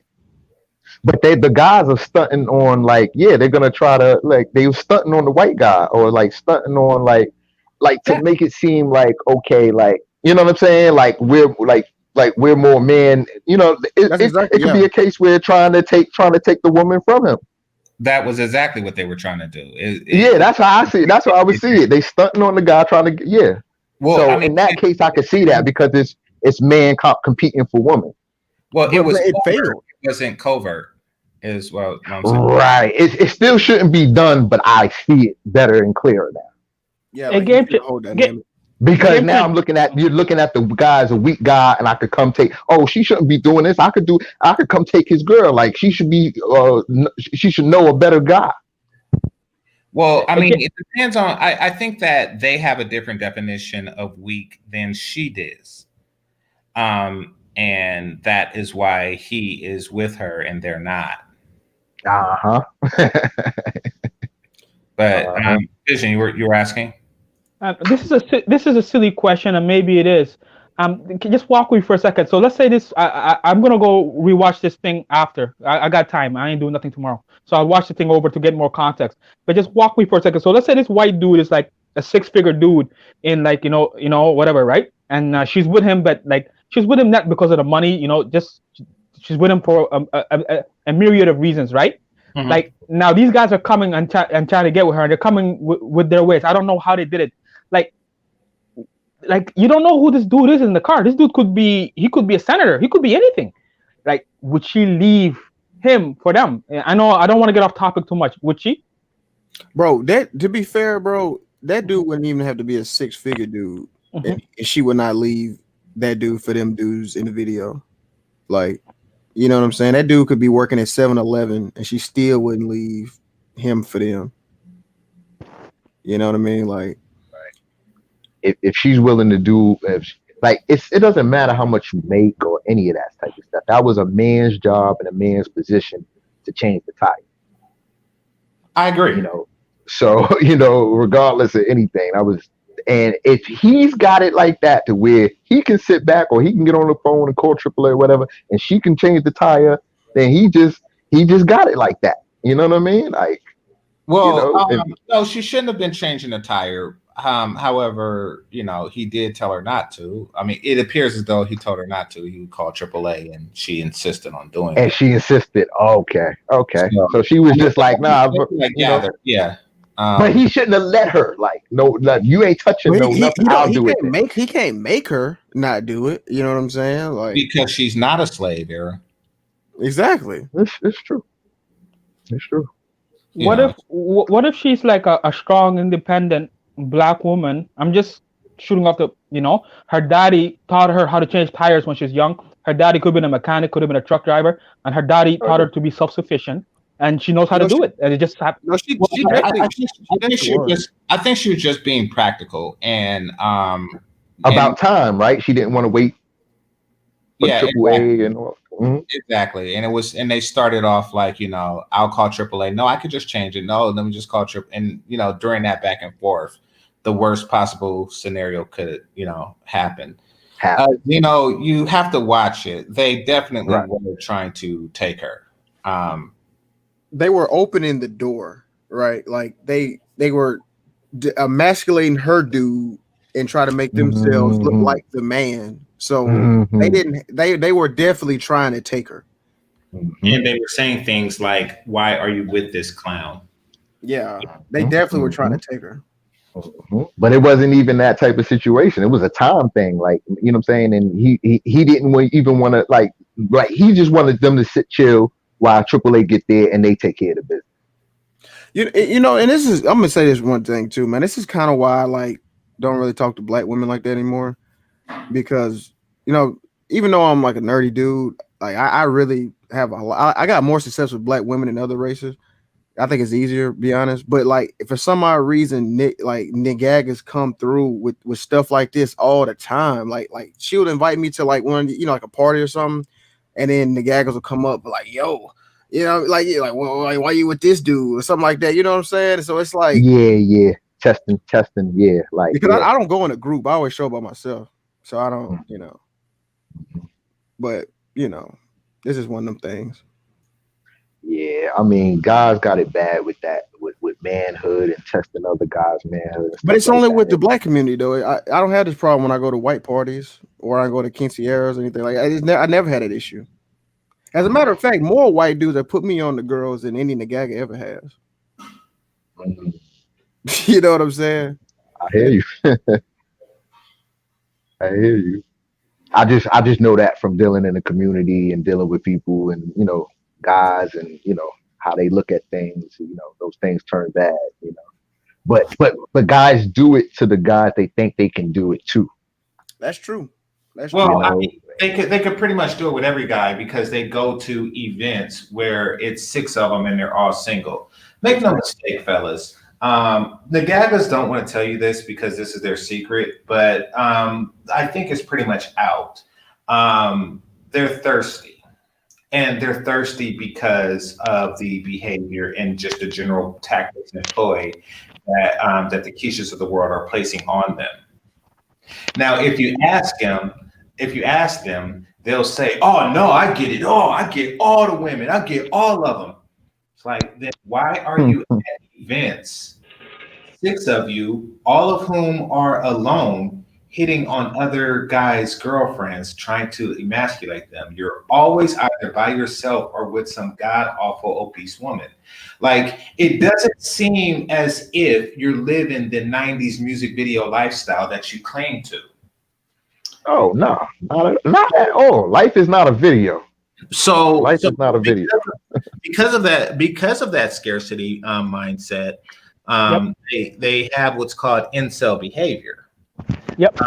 Stuff like that is definitely incel behavior. Just the fact that six guys are, because basically it's what beta lions do. Yeah, I guess is the best way to put it. And baboons are monkeys. They try to sneak. Yep. Go ahead. Yeah, every culture that has a pride like breeding or alpha breeding is the behavior is very similar, and that is once the alpha is determined, the betas come back with numbers.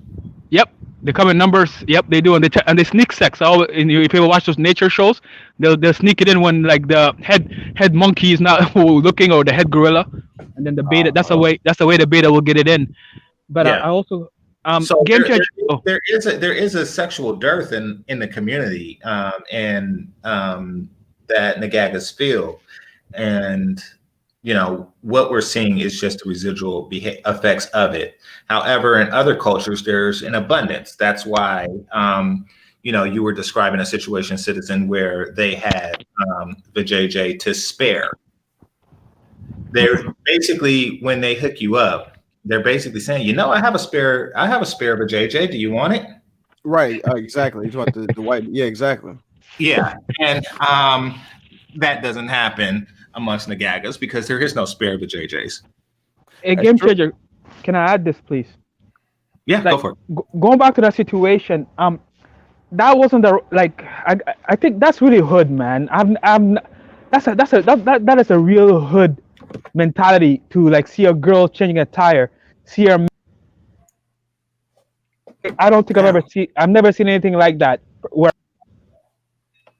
What's going on? Vision, I lived in the hood. You keep dropping back in. Sorry? You keep dropping out and dropping back in. Okay, let me get closer to the router. How about, am I better now? Yeah, you're fine now. Okay, I just want to say this. Like you guys were in high school. You guys some of you work in corporate America. It doesn't matter if you work at McDonald's or you work at or university. Cheating happens all the time, right? Like the girl has a man at home, and you know what? It happens in doctors and nurses, law firms. What I'm trying to say is it does happen, but when it happens, it's done in my definition. It's sneaky. It's done in a ninja way. It's not a front. It's if the girl, and usually if it happens, I don't like it, but it is right. So like if you're gonna do something like that, and the girl's giving you choosing signals, as they like to say, then just don't be so upfront about it. I think that's totally disrespectful, and that's just nigga mentality. Oh, sorry, naga mentality. I gotta work on that. I just fell in love with that word too. Nagaga. Right. Well, I mean, they really are functioning on a principle of scarcity, which explains a lot of the behavior, and which is why in the scenarios that you describe, Citizen, that they're always alone in the situation. They're always single. They don't have dates of their own. Right. And, to if you're talking to a girl or you want her, like I never like if I'm talking to a woman, I want her to like me for me. I want everything to be about me for me. Like it's not about no other dude. It's not about no other situation. I'm coming with me, and you're gonna like me for me or you're not. I wouldn't think to bring in a third party into what I'm trying to get going with you. Right, but you gotta understand about the nagaga mindset. See, they have no identity, right? So they don't have that thing you're talking about, like me for me. They don't know who they are, so they have to put on a front to try to attract women, and this is why it never works because everybody knows it's fake. The whole world knows it's fake. We True. know it's fake. You know, the world knows it's fake. Nobody's falling for that. You know, nobody talk. If they all were so tough, you don't have to walk around acting like you tough. People would just know. You know what I'm saying?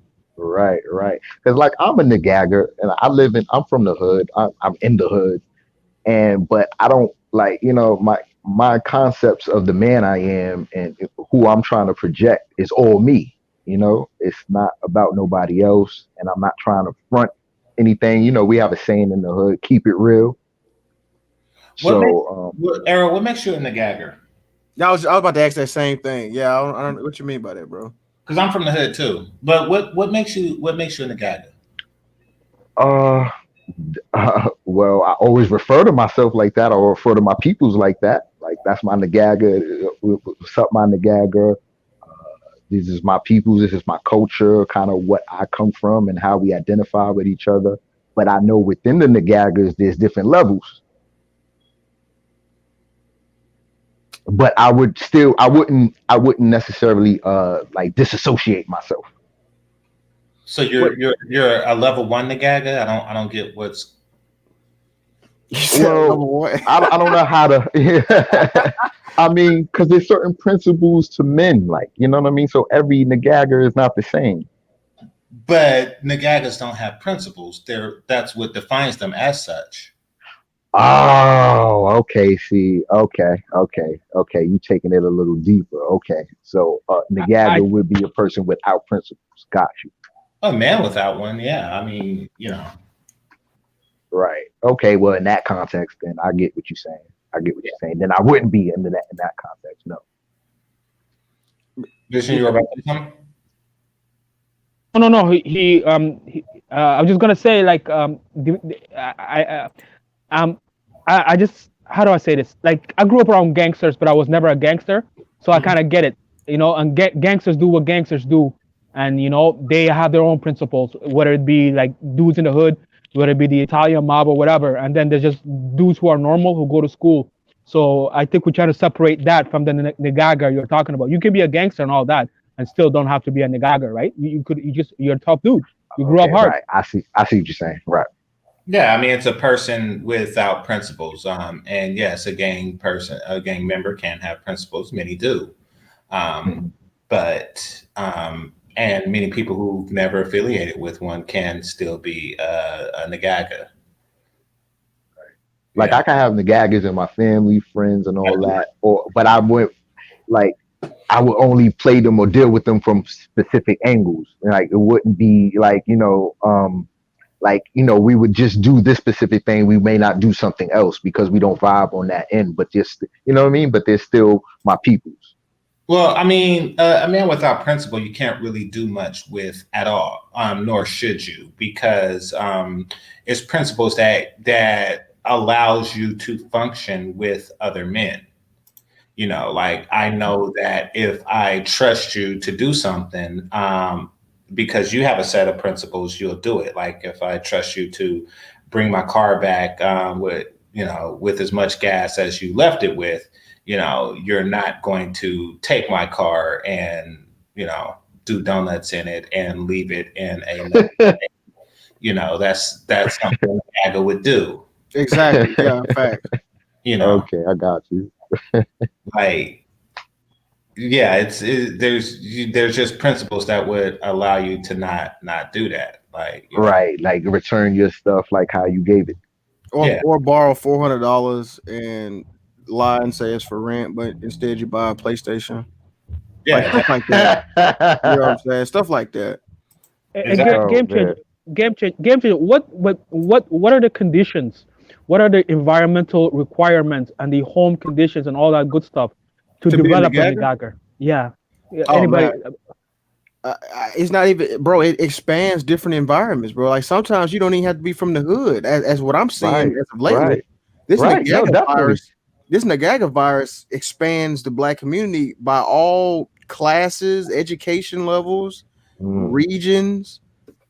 You know, right. That's what I would think. Yeah, a person without principles or like a Yep. code and things like that is just what it is. A person without principles and code. So I mean, just to put it in perspective, say like the $400 is small because we're dealing with people where $400 is a lot of money. However, if a person from a wealthier community was to say, I need to borrow $400,000 to make a stock purchase, or purchase a small house and then flip it, I have a rare opportunity to do that, and they take that money and buy a Birkin bag for their girlfriend. That would be a nagaga thing to do. Just Oh, go ahead. Game changer. I grew up around dudes, and let me know if this would define. I grew up around one dude. We're not friends anymore, but he was like a mama's boy. The whole family was pretty much it. The mother like did everything for them. She basically got her and the father got in a fight. I think the father was cheating, so he wasn't a good dude. The mother took half, took the house, took everything, took the children, and then she raised the kids by herself. And then the kids, as they grew up, they were always taking but never given. They would take, whether it's from women, like whether it's from friends, and so would that be considered a nagager, and that environment developed that because their mother didn't set up constrictions Well, of how to behave? and in that case, it's learned behavior, but even still, you would know that it's wrong. There's still something in them that eventually they would learn that it's wrong. If you're talking about the children, and Okay. because then what happens is people will make excuses of upbringing to justify Not to change. Okay. immoral behavior. Like my parents were abusive, therefore I am justified in the abuse of my kids. However, you do have some Yeah. agency. No. But what I'm trying to say, you got to get to a point. You got to get to a point where you become conscious, whether it's earlier or later in life. Like life will teach you one way or another, where you have to take inventory and responsibility for all your actions, and then afterwards you could seek help and act accordingly. And the other dude that I knew was like a drug dealer, but somehow he started getting high on his own supply, and then he's the same way too. He's always taking, but it's to support that habit, right? Like he's like a coke crackhead, whatever, right? And so it's just interesting how I'm sorry if I'm off topic, but I'm just trying to connect like with how I see it in my life. Anyway, I got a good way to illustrate it, right? So the nagaga is like a software patch, right? It's like every I would say every black person in the black community has like a nagaga software installed in them, and it gets updated like every 6 months, right? But once you like separate yourself or start reading books or start exposing yourself to other things, then the nagaga software stops updating. And then as it stops updating, you start to see more people who are like heavy in it, and you start to understand how messed up it is. Because back to what you were saying, it's like you could really point it out by just how dishonest they are, how they live. Like you said, they're takers. They're always looking for something to flip or something to finesse. They never trying to bring something to the community, like you said. It's always take. Yeah. And that's actually like, if you really break it down to that small element, you really can like, spot out a nagaga like a mile away. You'll never have any problems if you just, pinpoint to that. And let me tell you something. I live in a super welfare state, which is not gonna last because of this global pandemic. So they're in trouble. There's a system that promotes that type of behavior of always taking and never getting up and trying to figure something out for yourself. But you better pray to God. You better pray to global. That's the type of man that I wanted to be. No, I didn't want to cut you off. A nagaga? Like a grimy? No. I wanted to be like okay, when like I was raised in a one single parent household, whatever like that. My father was always around and things like that, but he didn't like take necessarily all the time to make me the man that that maybe he wanted to see or that I needed to be.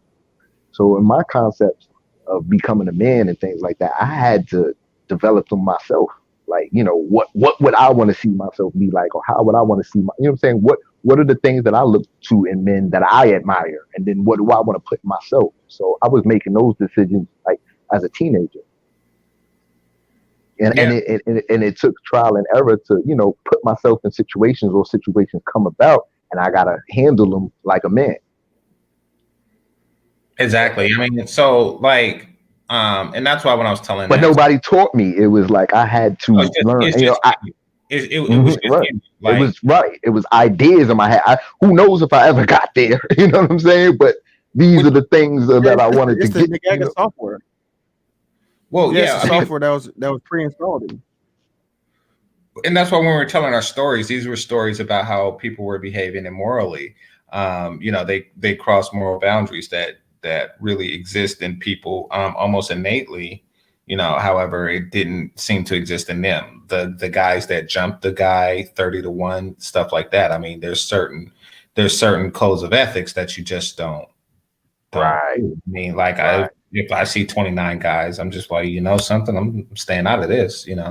Right. I'm not going to be the 30th dude. What am I going to do? Like, clip his pinky or something? Like you're even a part left to beat on at that point.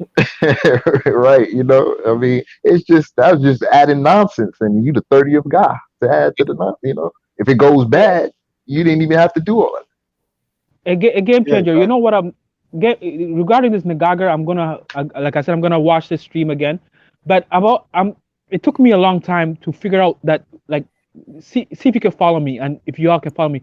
We have a dysfunctional society, all in all. What women, men, is sometimes even systems, right? But today we're focusing on like let's just call it Nagaga. Like, when did you guys realize that there was something dysfunctional in your environment or around you?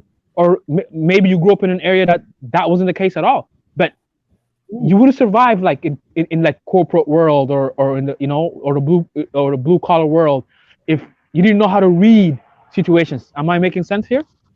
No, a little bit, because I mean, you're once again, Nagagas are in most every environment. I mean, they're in higher concentration in some environments because Nagagaism is a path to poverty and to sustain poverty. So you'll find it in a higher concentration. But I mean, when I found out that something was wrong with when you're young, you don't know you're poor until you see yourself from the outside in. Mm-hmm. Yeah, you see that Ferrari price tag, and you're like, damn. Yeah. You're right. I grew up poor and things like that, but it wasn't. I didn't consider that. I didn't consider as a kid, you don't need much. So it's only until you get older, and then you want certain things, and then you realize, what you have to sacrifice in time and energy to get up the monies and things to accumulate things. Then that's when you can make better separations. Like, we were poor, or we were dysfunctional, but we were operating in just our normal everyday, what we did every day. It's not until you get older and kind of like you said, look from the outside in, and then have to take on the responsibilities of life and then compare and contrast.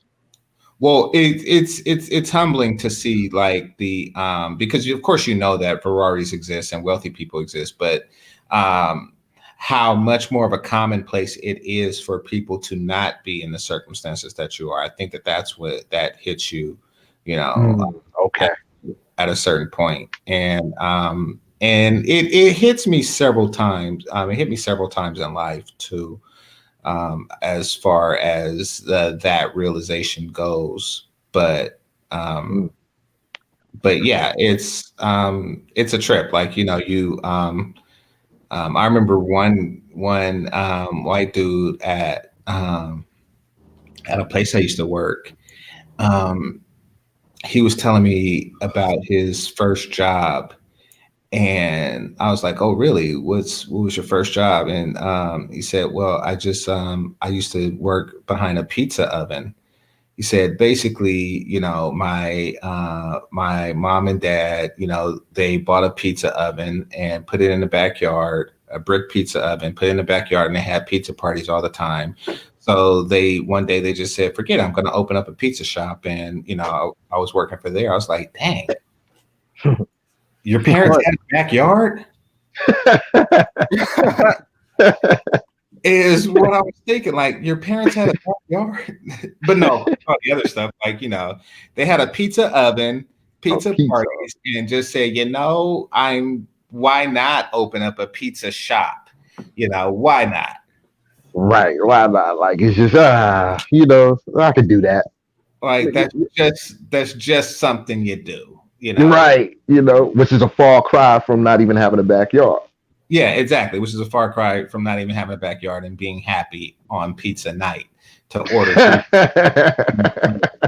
Like, it is. It's a far cry. Like, so Right. So That's right. we kind of live in our means. Like we don't live above our, we live right in But the Eric, dollar amount that I'm able to make. you gotta understand, bro. Some people's means, you know what I mean. Like some people feel broke if they only got $100,000. You yeah, know, exactly. like sometimes people just got different levels to it. Right. Because like that is not even going to compute to me. Broke and 100,000 don't even go in the same. Exactly, and I'm not. This ain't a shot at you, but this is kind of like a thing at the Black community. It's like we kind of like settle, because I guess we haven't had stuff for so long. We just feel like having a little bit. We can just say, oh man, my parents did what they could do, but in reality, you got to look at it. Really didn't. Oh, my bad. Go ahead. No, what you gonna say, bro? I was gonna say the cap is so high, Right. that we don't even see it. Like, it took me until I was like maybe in my 20s or 30s where, like, they'll say stuff like nonchalant. It's like, do y'all know how ridiculously high? Like this one guy I used to work for, he said, and I'll never forget this.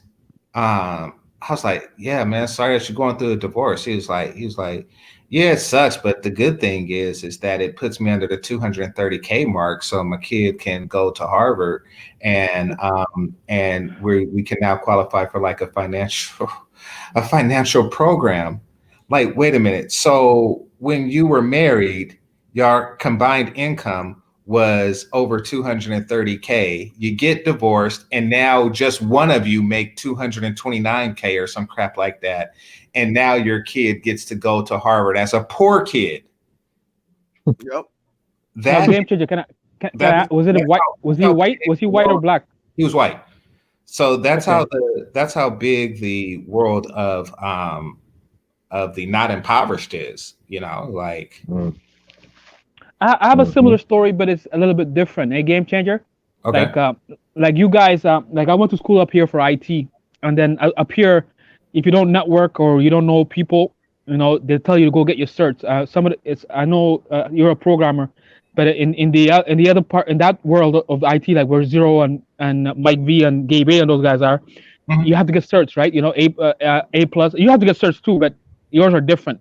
I don't know C++ and Java and all that, and Python and all that stuff, but in the world I was in, like they say get your A plus, get your Net plus, and then if you get your Cisco, you get in as a level 1 desktop support, and then you put in your time, and if you prove yourself, you can climb the ladder if you're worthy, and you work.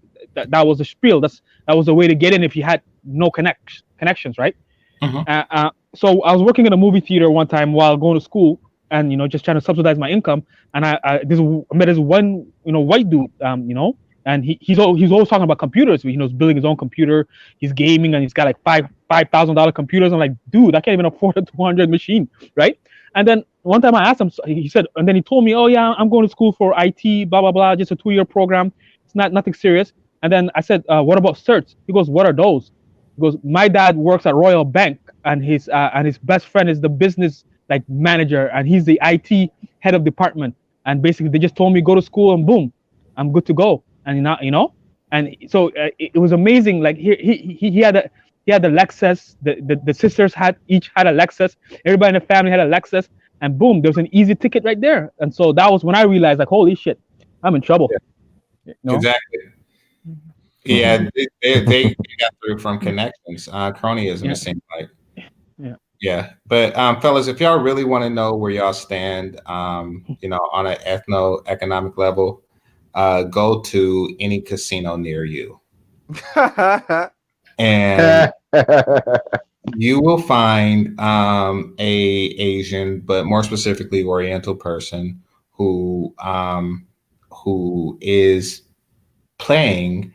If you're young, probably like 100 times more than you, literally. And I'm not joking. Like, you're paying $5 chips and they are paying $500 chips. No, Um, that's true.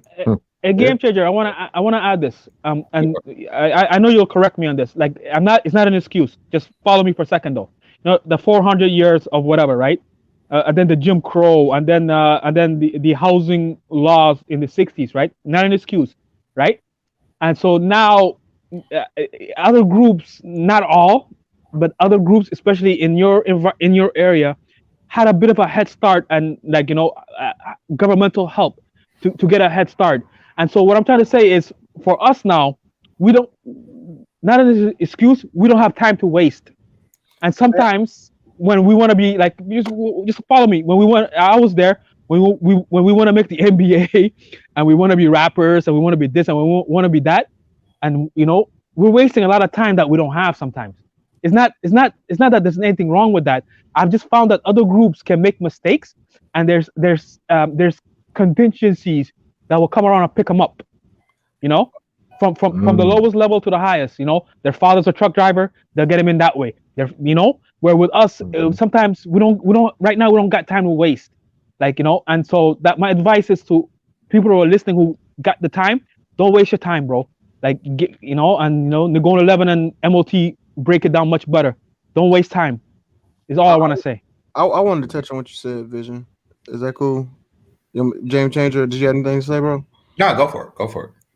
So when you were saying like other groups, right? I read this book called Wealth and Poverty, and this dude touched on it perfectly, bro.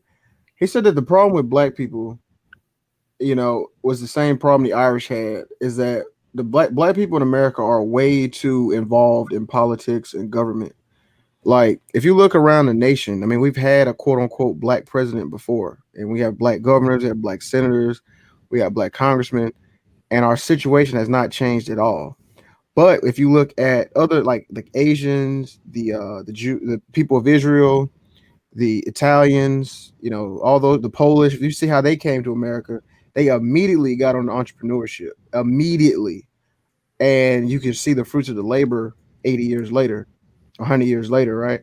So it's not that they had a head start because we were enslaved. It's because we were here for a minute and we were doing entrepreneurship, but we sort of flipped to the begging for government jobs, because now what, 30% of the military is black people, 10% of black women are employed by the government.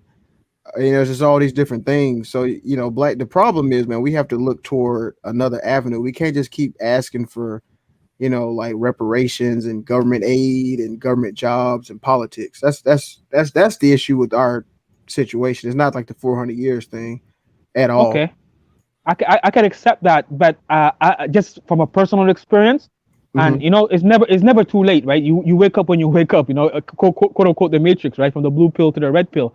But Right. but I just from what I've seen in friends becoming drug dealers, friends dying, friends going to jail, and just so happy. And I live in a predominantly white city, and but it's the same context with people that look like me, whether they're from Jamaica or whether they're not. Where I am, not many are indigenous.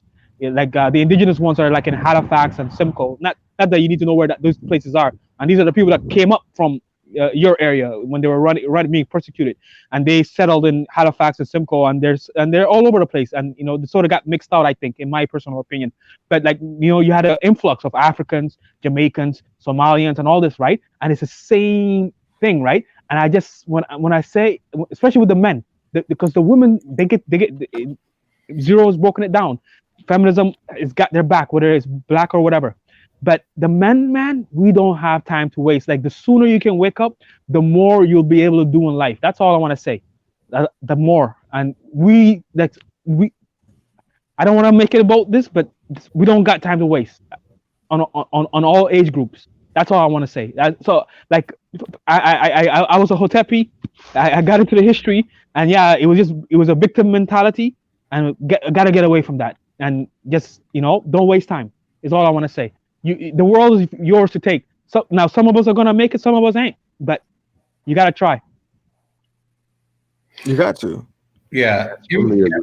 Hey, I want to touch on what Stoic said real quick. He said most people are entrepreneurs. Hey, James said you're in Dominican Republic, right? Yeah. So right now you're being an entrepreneur, right? Like, because the initial term of entrepreneur was coined as somebody who can take a resource from one area and take it to one where it gets another area where it gets a higher yield. That could be anything. That's actually so. This whole notion that everybody can be an entrepreneur. That's false. I really don't. That's like saying everybody can't drive a car. It makes sense what he's saying because somebody has to work for them in order for the business to grow. I think that I do think that immigrants have cultures that work for them, because it does. Or excuse me, that doesn't work where they live, but work where we live. Oh, I see. In America, right? You're talking about America? In America, exactly. Yeah. So,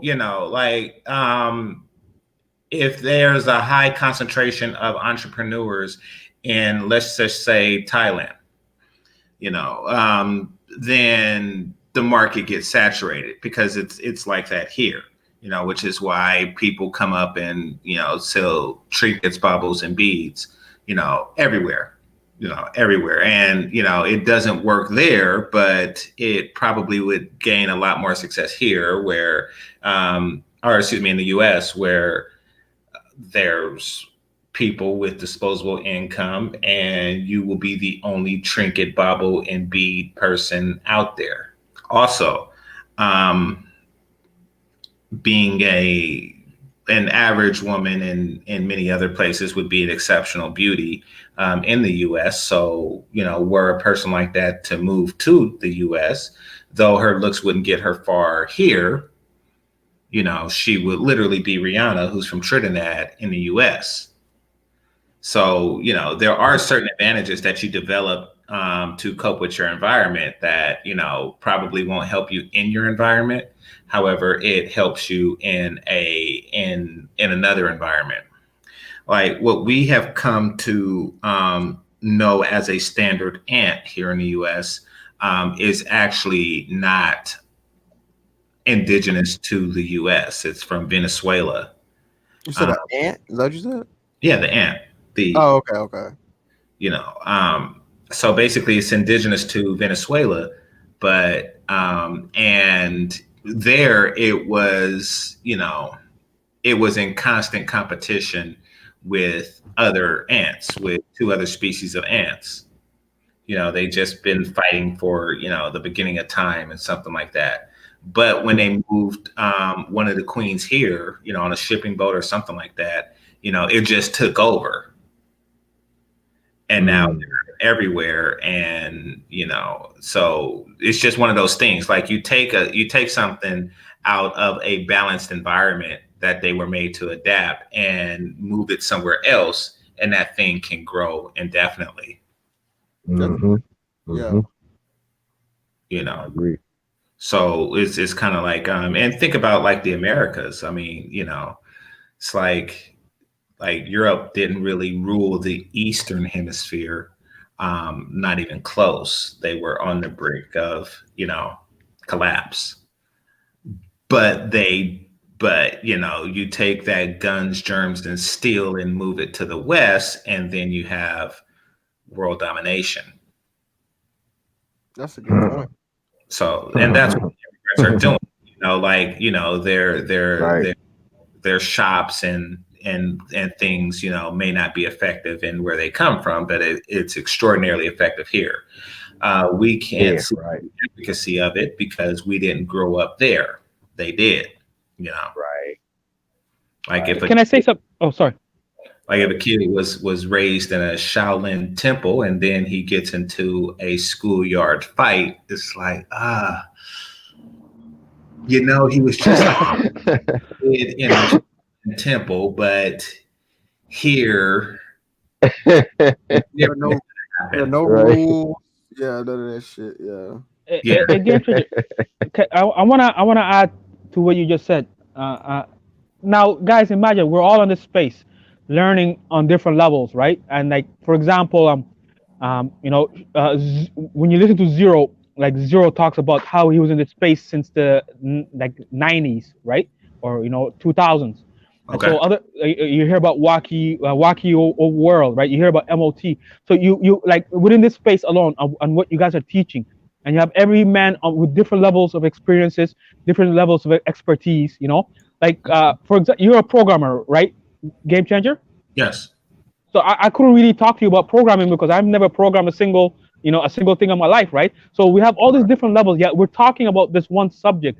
And what I'm trying to say is like, I don't know how many of you guys here are gonna have children if you can find that woman, but when you have children now and when you have sons, the knowledge that we've like sort of gotten from this collective, and then the knowledge that we'll go and get on our own, whether you go read books on the side or whether you go start a business or you go do whatever, like and then like I think we're gonna usher in a different generation that are gonna be able to maneuver better than what we did. You know how they say Gen X failed, right? And then they say the next one failed and the next one failed. Oh yeah, millennials, we failed miserably. But if we can just if we can but if we can escape that alphabet crew thing, right? Like if you can, hopefully your sons don't go Dwayne Wade some way, and if we can avoid all those pitfalls, they're gonna like this knowledge is to be passed down if you can, right? And I'm sure there's dudes in the space that have children, and I've even heard young men like 18, 19 come here and like what they're learning, and even like for example, they're here and they're listening. Like Hammer gets hammered because he doesn't listen, right? But then Hammer gets infused with all this information. But then he goes into real life when he comes up against the situations that somebody talked about here. He'll be able to maneuver out of it much faster than some of us could because we didn't know any better. That's all I'm trying to say. Like this space, like what are we doing here? We're gonna have to prepare the next generation. As much as I hate to say that, am I off? No, I agree. I mean, I think there's definitely assets in the manosphere that should be promoted more. Yeah, I agree with you. Like example, I didn't care about trucking, but then when I heard MOT and I gotta say Thai City and the couple other dudes when they talk about that, it's a valuable route. Go for it. You talk about you got guys who are guys with a black brain trust. Then that image of having just seeing dudes that look like you or think like you make it. It's so empowering, man. It really is.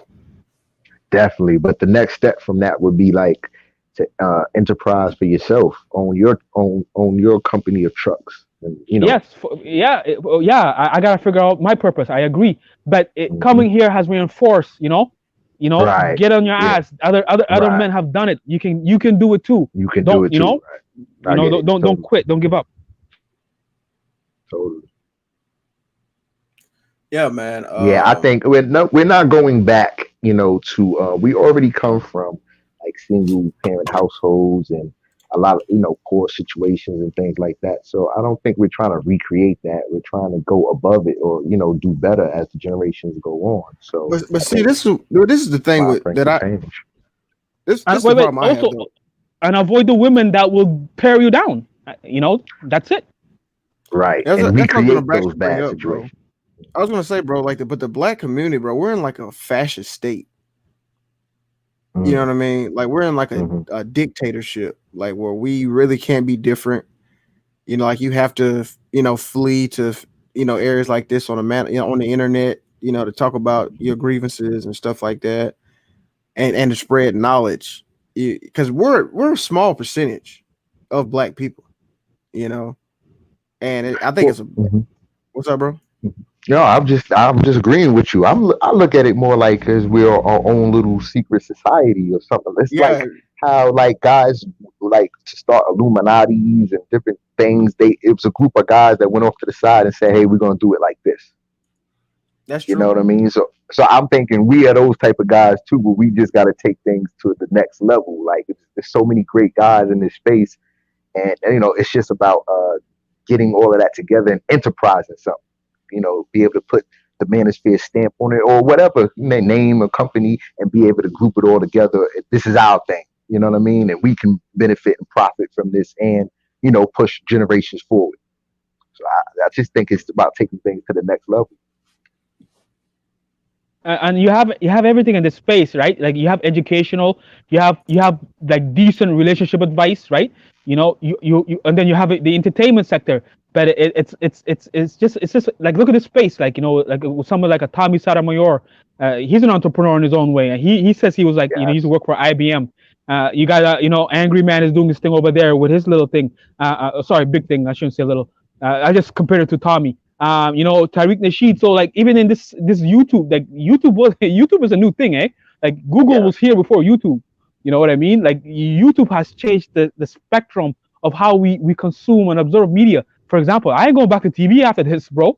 Like, and instead of watching, some, like, even though Married with Children was a good show, instead of watching Modern Family that doesn't really promote what I'm about, I'm gonna come here and listen to things that promote what I'm about. That's all. Nothing wrong with Modern Family. It's a good TV show, but this YouTube space is just, it has changed things around. How long will it last? We don't know, because YouTube is starting to it's starting to sort of put the hammer down. But you'll figure it out. It's such an easy space to be in.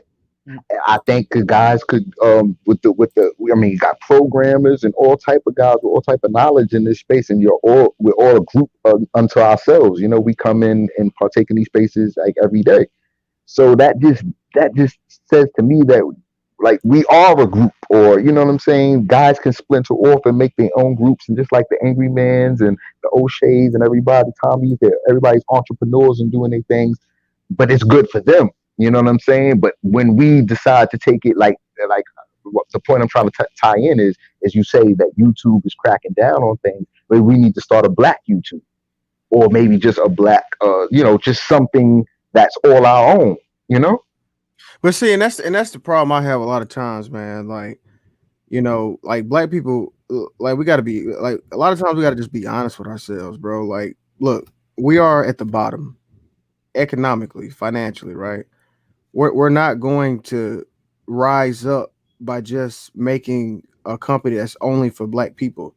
We have to get the Asian dollar, the white dollar, the Mexican dollar. You know what I mean? But we own it, though. The company we own. Exactly. That's all I'm saying. It's just it's the ownership and the power play of it. Right. Like I get what you're saying. Like, if we just remove the black from any company, it'll just be a good company. Right. Like, you know what I mean? Just be a good company, and then we'll take it from there. But what's up? Right. And that proper race relations come in, and the Nagas make proper race relations very difficult. Oh, speaking of that, I just remember. Did you see that dude? He was talking to that Asian man, and that dude was like, "This is a no naga zone." Did you see that video, bro? I heard about it. I don't know if I seen a thumbnail on it, but I didn't see the video.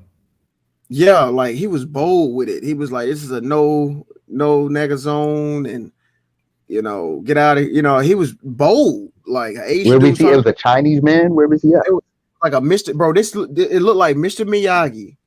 Mm-hmm. You know what I'm saying? Talking to black dudes, it was like, "Yo, why y'all here?" And he was pointing to the flag. So you see that flag right there? That means this is a no naga zone. Like, where was this at? Oh, I saw it on Instagram.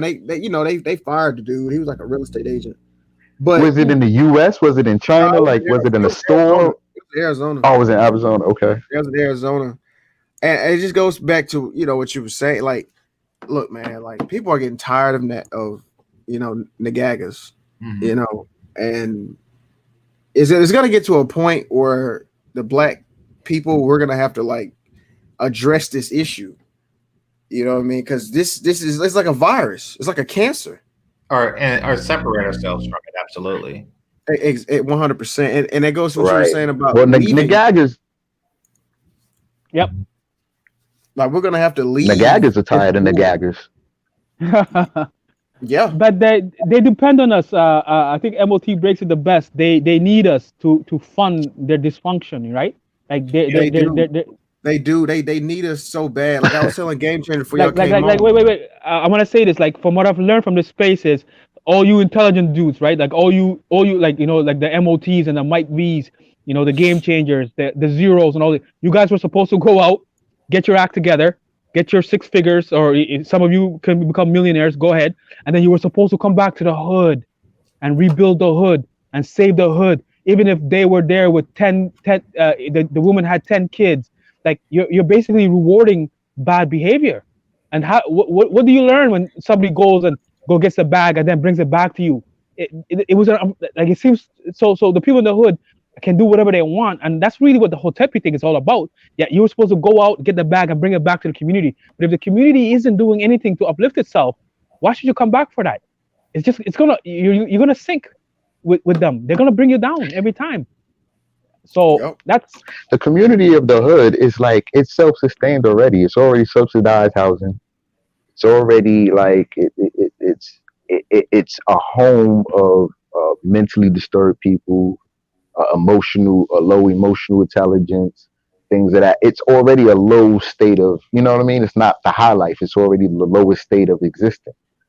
So the thing is to rise out of that, or to connect and get with people. The thing is not to stay in that situation. It's to rise out. yeah. Nobody's trying to come back and give that to the poor situation. You might throw a food drive, or you might throw barbecues or something like that to try to bring more good spirit to the situation. But it's primarily always going to be what it is. It's a low state of mind.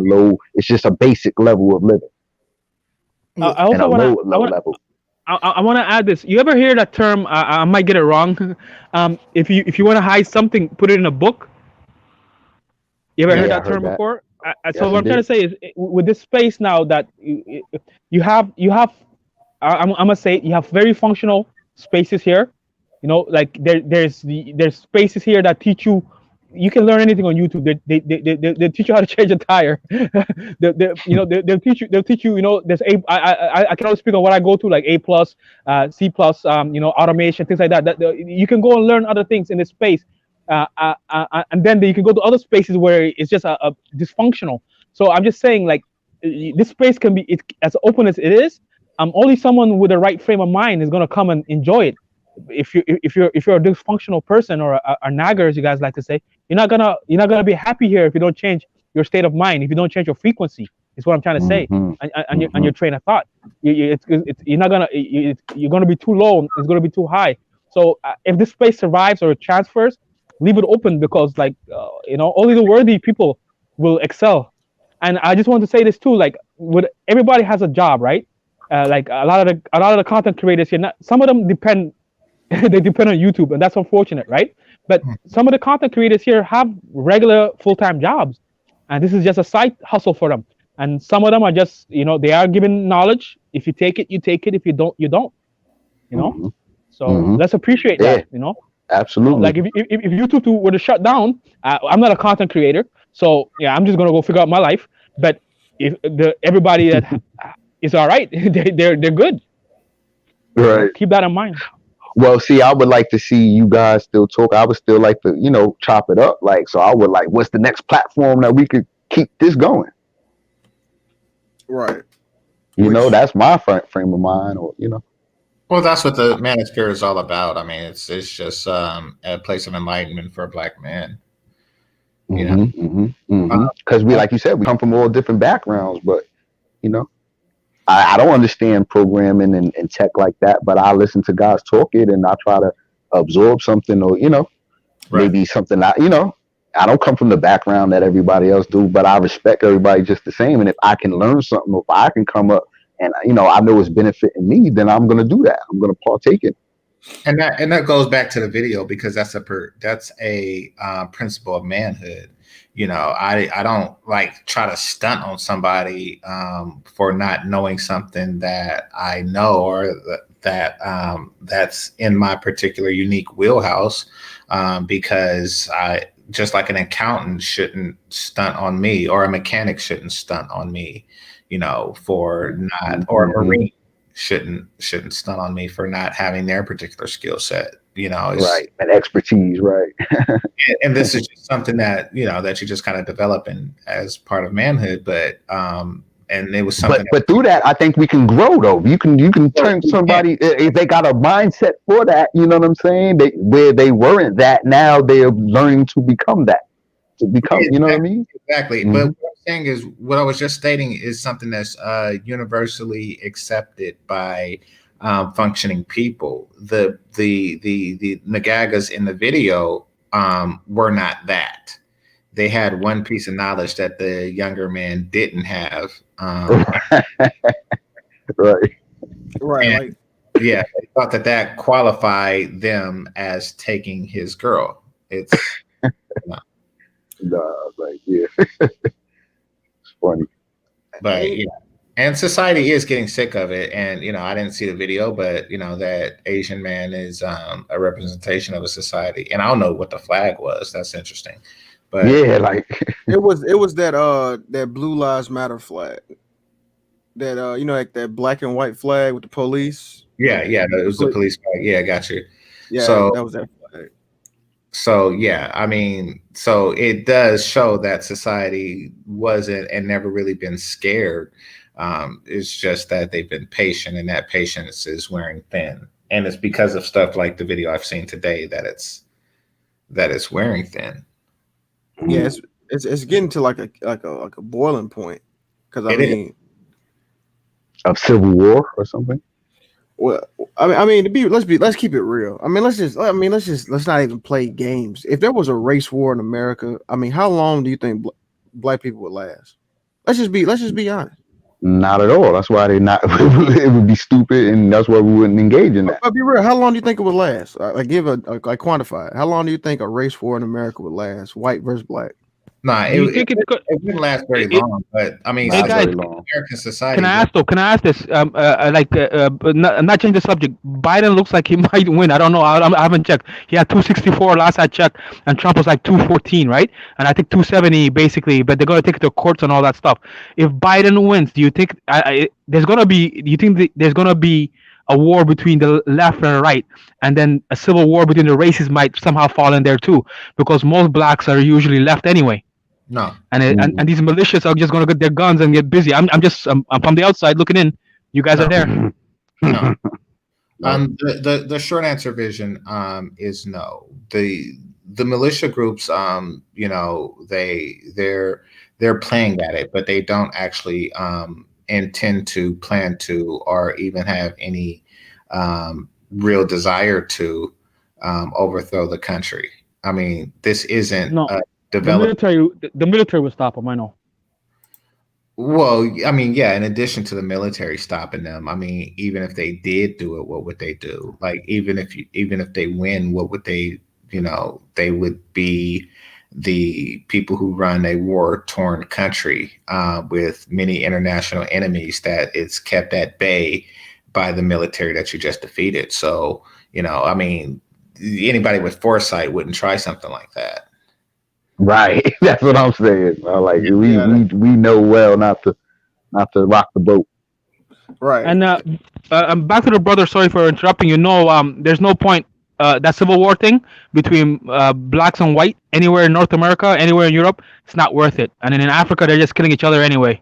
And in the hoods, we're killing each other anyway. So it don't matter. Yeah, like Stower said, about a few. I gave it 6 hours. Yeah. It's not gonna last long. It's not. That's my maximum because it don't take long to shut the power down, and then set Right. up, put snipers, and then it's a wrap. Like, I mean, Yeah, Right. I'll give you a good example. Sometimes somebody will piss me off, and like I'll come home. I want to slap him. I want to slap this dude. Then I see the dude. I don't do shit. That's exactly what that kind of talk is, man. They ain't gonna do shit.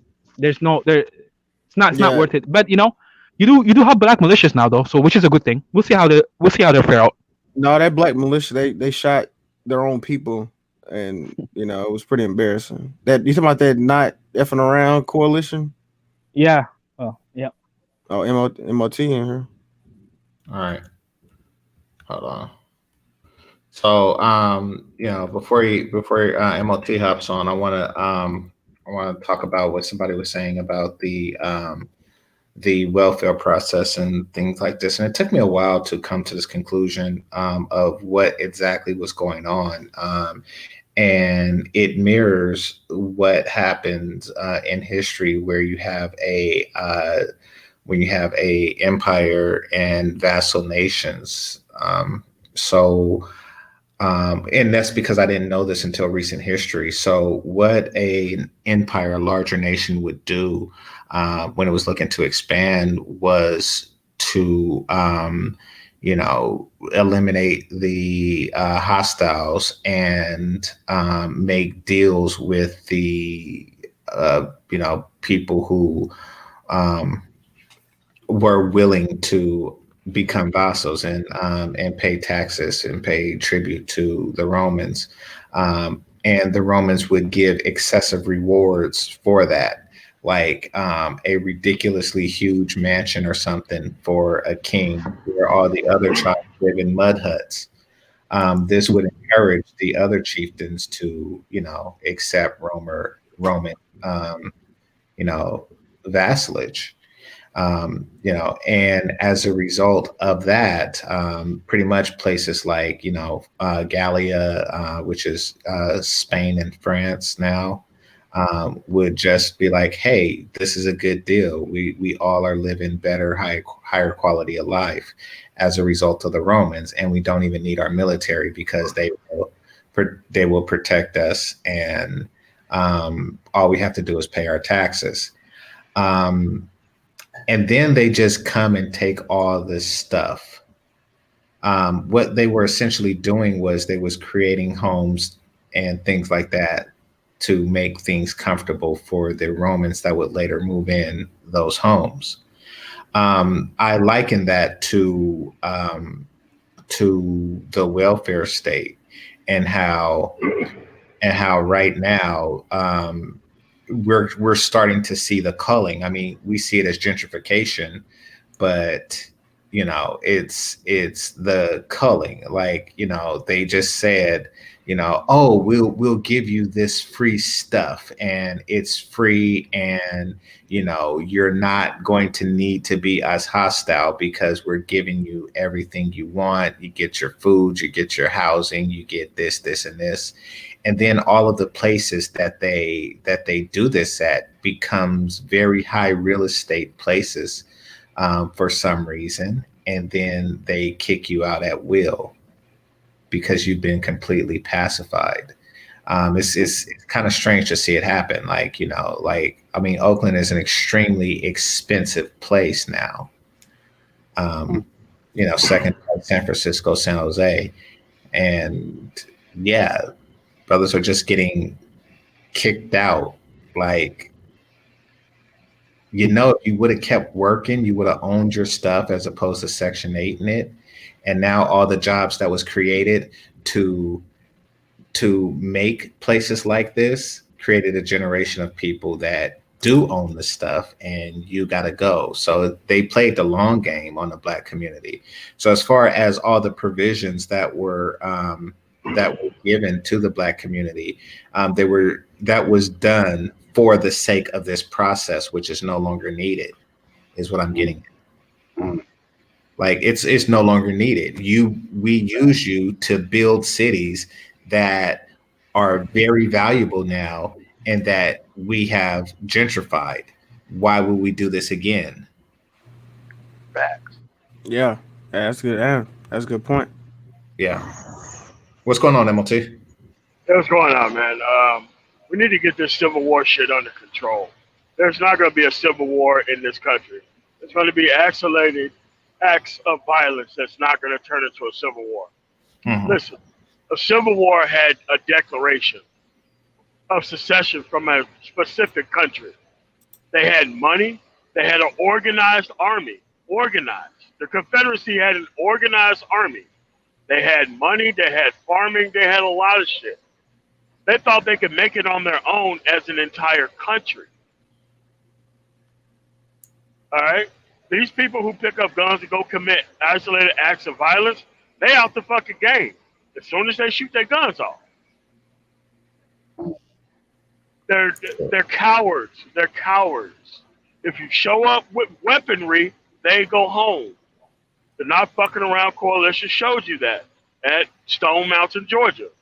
They've been showing up there. The actual race has been showing up there for years.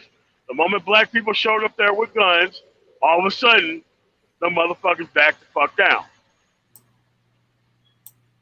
Because they only do this shit when there's an overwhelming target that cannot defend itself. That's But how Mo, cowardice works. Motel, I may cut you off, but you said the racists back down. That what you said? Because Sure did. I remember Okay. one of those white supremacists had actually rendered aid to one of those not effing around coalition dudes because they shot themselves, and they were still No, there. no, that was in Louisville, Kentucky, during that march or whatever, when that woman's weapon went off for Right. whatever reason. That doesn't mean you destroy the whole reputation of the entire group because of that happened. They're out there. You're not out there. Well, the reputation But the is reputation, tarnished It doesn't matter about the reputation. They're a new group. When you no, compare no, that to I get other it. groups that's been out there, it doesn't make any sense. I get it, MOT. I'm not comparing to another group or anything like that. I'm saying what's really tarnished the reputation is that you said the woman's weapon. The fact that you use the word woman and weapon in the same sentence is a tarnish on their reputation. You know, let's be fair. That's not a tarnish on their reputation. They have white women in these militias as well. You don't throw the whole thing out because of one isolated incident. I think armed women is a recipe for disaster in any organization. Yeah. Okay. Black or white. Well, I'm just saying that one incident, you're trying to label the entire thing as one, but where they at these now? white militias have kids and everything else. Here's the thing, man. Do you have an organization? Do I have an organization? Yeah. I mean, you. Do you specifically have an organization?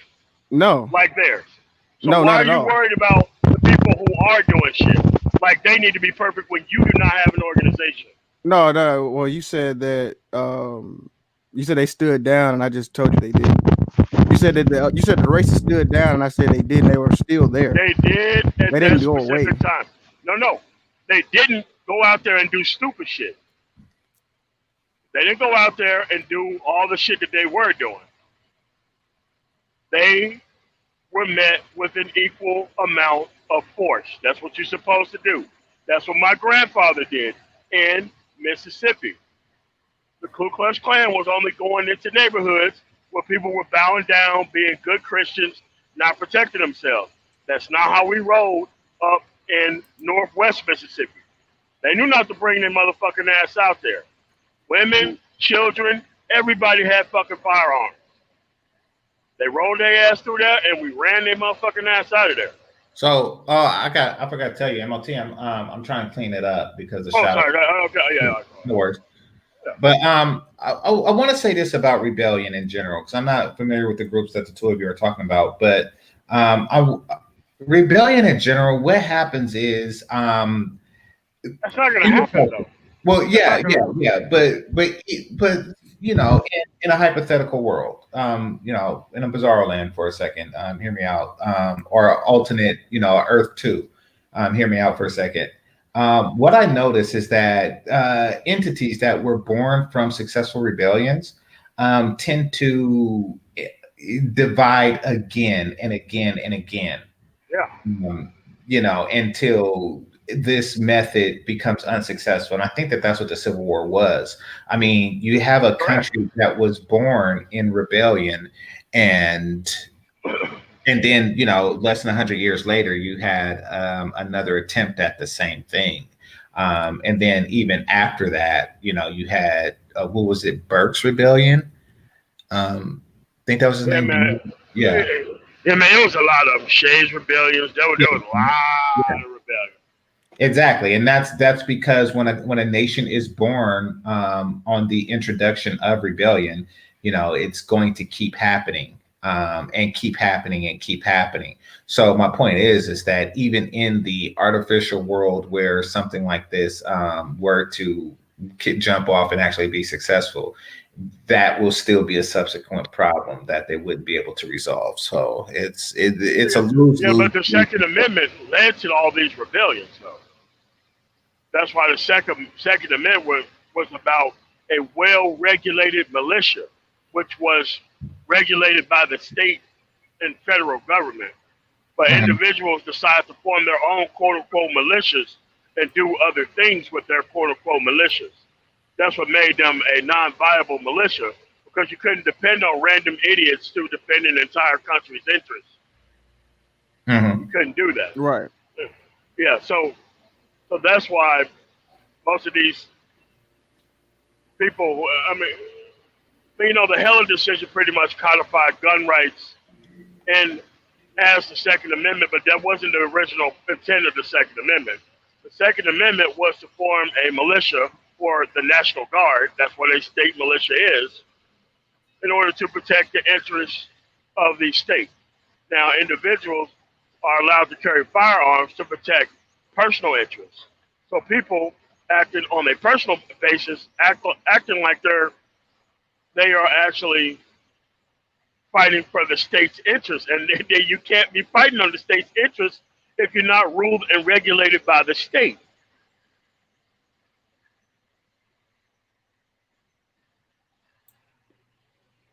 No, I hear you. I hear you. Yeah, so it's like, so it's easy because I have to go over this because there's about, I think, 5 YouTubers now who are taking black men's political dissent and they're trying to turn it into like a Fox News-esque type of repeated gaslighting of black men rather than educating them on the process. And How so, man, tomorrow? They're not educating you on how the process works. Oh, what part? How this whole process, the Which whole process political process, the Oh, whole okay, political process, I got you. the process of thinking that there's going to be some type of civil war that's going to break out. Like, Oh, no. I think you came in kind of. We were just kind of talking about when we were talking about Civil War. Yeah, we were talking about like groups and stuff like that. When I think you came. Yeah, but you have to realize. Yeah. So what you have to realize is that none of this stuff is going to happen. Because, no, I agree. Like I said, an example of something like that happened is when Dylan Roof went into that church and shot all those people.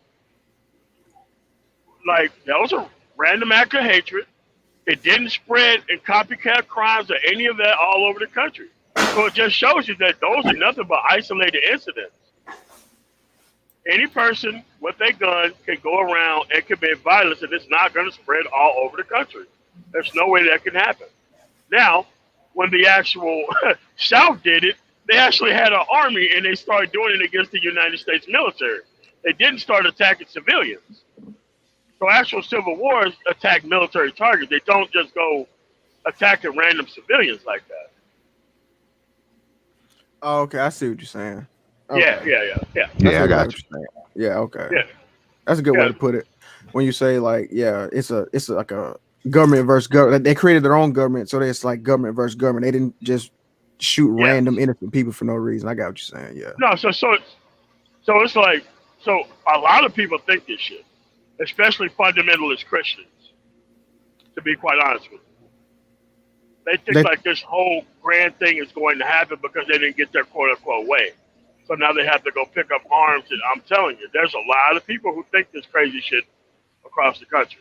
A lot of them.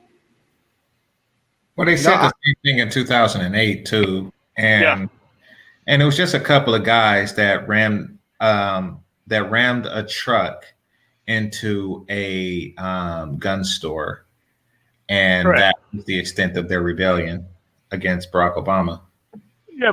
Yeah, but they thought that their random act of violence was going to spread like wildfire throughout the entire country, and that's not how that works. Those guys are going to do some shit. They're going to get a ton of years, or maybe not, depending on what the judge say, and that's it. But the actual hysteria behind the actual action is still going to be kind of greased in.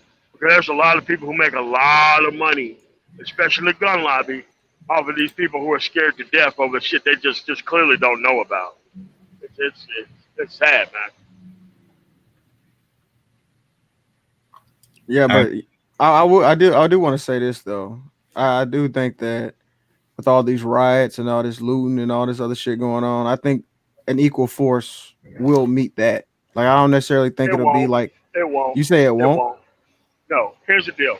When police do unprofessional actions, you lock their ass up forever. That solves the issue. I think that people lose their job. People lose their jobs all the time because of not killing people. People you lose their jobs for all types of shit. So when you have a system that protects people who shouldn't be protected, don't expect order and peace. If you can't practice it yourself on your own people, you can't expect it out of anybody else. Now, I don't want people going out there smashing up shit and doing all this other crazy shit. I do want them to go to jail, but I want both sides to go to jail. The people who committed the acts of whatever the fuck against unarmed citizens or armed citizens unjustly, and I also want the people to go to jail who commit these random acts of breaking into shit. I want everybody to go to jail across the board. Because if you don't exercise principle across the board, none of it works. If you expect one side to act one way and the other side to act another way, that's what you're going to have. So what I'm just saying is, just do it right on both sides, apply equally across the board, and there won't be a problem. The military doesn't have a problem with this, by the way. You've never seen a military police officer pull their gun, shoot somebody for some fucking reason, so they know there's an overwhelming level of force and consequences because of that, as well as the tearing up the base exchange or the fucking shopette on base if this type of stuff would happen. So there's consequences around the board for when these type of things happen. But when the police have no consequences and the consequences only becomes to the citizens, and all the citizens have to do is just take a $10 million check and that's it. And it doesn't end at somebody getting shot. It ends with abject disrespect being shown toward those people 24 hours a day before there's even an actual gun type of incident towards the people. So it's like this. We need to have professionals out there who give a damn about their job, not just unprofessional people who just want to go home, who don't want to put themselves at any sort of risk, but want to act like heroes when it's convenient and shoot people when it's convenient. So you got to have it all work together. Yeah, but you know, when you were saying like the military police doesn't have this type of problem. Yeah, military bases don't have a lot of crackheads on there either, right? Doesn't matter. No, it kind of does, issue. right? It doesn't. Well, what's the health issue? Yeah, like, dude, when we was over in North Korea, you think we wasn't patrolling these bases that had base houses that didn't have crackheads in them, meth heads in them? Well, hey, that, I was in the military. We didn't have any crackheads on our. Well, I'm saying. We didn't have as many as as an entire city. You know, like an entire city of Atlanta, where you know what I'm saying. Like you're comparing an entire city. I'm not justifying treating those people that way, even if they are crackheads. Yeah, I'm not going to justify treating them that way. Here's the thing: you didn't want the crack there. You shouldn't have brought it there in the first place via Ronald Reagan. Okay. You didn't want all that shit there. You shouldn't have brought it there in the first place. We should do what Oregon did. Decriminalize everything, treat it like a health problem, make sure that this shit doesn't come back in any shape, form, or fashion.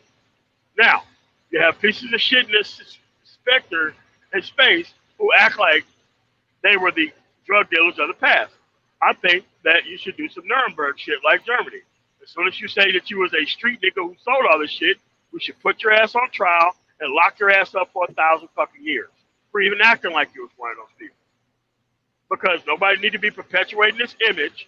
No one needs to be acting like they sold the shit back in the day. Nobody needs to be selling it right now. If you want to get rid of the problem, there's a way to specifically get rid of the problem. I agree with the Nuremberg trial, and that's actually good. Yeah. You should. Yeah, I agree with that. Yeah, because look, I don't want these people here any more than you do. But see, I know the systematic way of getting rid of this problem once and for all. What you do is you get rid of the image, you get rid of the music, and you get rid of the people who perpetuate and benefit off of this shit. You get rid of the whole system altogether.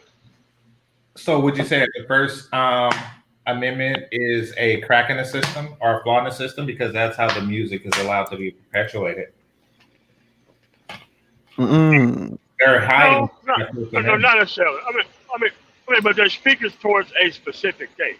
Now, I'm not saying let's use Ice Cube as an example. Yeah. Ice Cube sold no drugs, but there are people who did sell those drugs. So what I'm saying is, get rid of the participants in a very harsh manner. Like the DEA can stop all drugs from coming into the country if that's what they wanted to do. If that's what they wanted to do. Like these distribution networks isn't that impenetrable. Like they are there to re-perpetuate the drug problem. And the only way that that's not going to happen is if you decriminalize drugs across the board. Well, I mean, Ice Cube is a perfect example because he did perpetual. Let's be clear. When NWA came out, crack was already like I was going like 5 a day with their music. Well, yeah, but I mean, they glorify the lifestyle whose glory days has long passed. They just kind of like gave a new image to something that didn't really exist the way the image did. That being said, I think that what he did was very destructive. However, he was allowed to do so as a result of the First Amendment. Yeah. Can I add to that? Sure. I want to say this. Like I remember the music in the 90s, a little bit of the 80s, then the 90s, then we came to the 2000s, and then I think I was there for like 50 Cent, Kanye West, and I dropped off a Lil Wayne. But I remember like Souls of Mischief. You be from Oakland, you would know. I think Game Changer, like Souls. There was a positive scale of like positive music and negative music. But then and then like in the 90s, like with the Mobb Deeps, I used to not Nas not so, but Mobb Deep, Jay-Z, and all these guys. It was all these gangsters. And when you actually do your research into a lot of these groups were funded by drug money. And it's hard to convince people out here differently. No, Jay-Z like talks about Jay-Z's like a entrepreneur. He's a billionaire, and I'm not hating on the brother, and he changed his life. But like when kids see that, same thing with 50 Cent. And we haven't stopped promoting this drug culture. It's now gone somewhere else. Just lean. I don't even know where it is now. But it's amazing what media has done, on a global scale. Like all this could have been solved with a simple RICO investigation. If that music is tied to the drug dealing and all that shit, you lock them all up. Well, we already got shit in place. Oh, I see what you're saying. You're saying that the drug dealers are funding it. Correct. Does RICO work that way? Like, yes, it does. It does. So if a drug dealer was to buy me, a tie or something, I get arrested? No. The drug dealer himself would.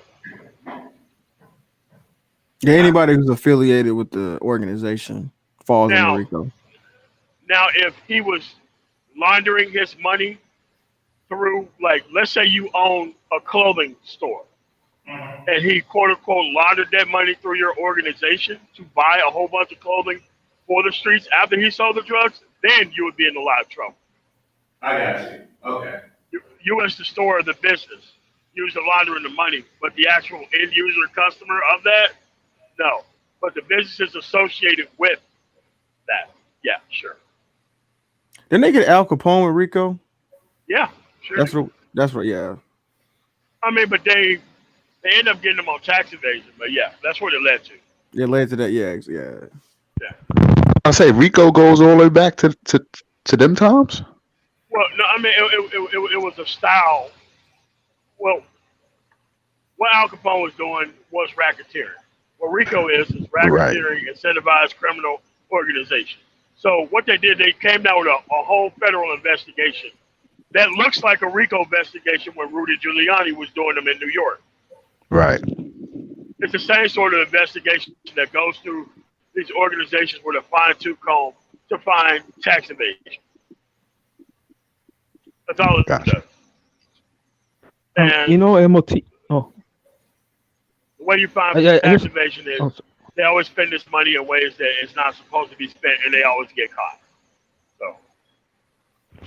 I just want to add this as well. I remember, like in hip hop, we used to, because with the Casino and Goodfellas and The Godfather, they used to celebrate like the mobsters. But like when you look at the history, a lot of the mobsters end up dead or in jail.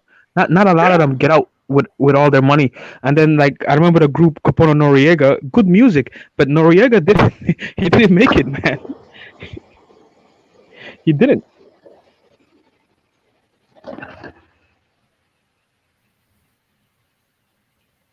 Y'all still there? Hello?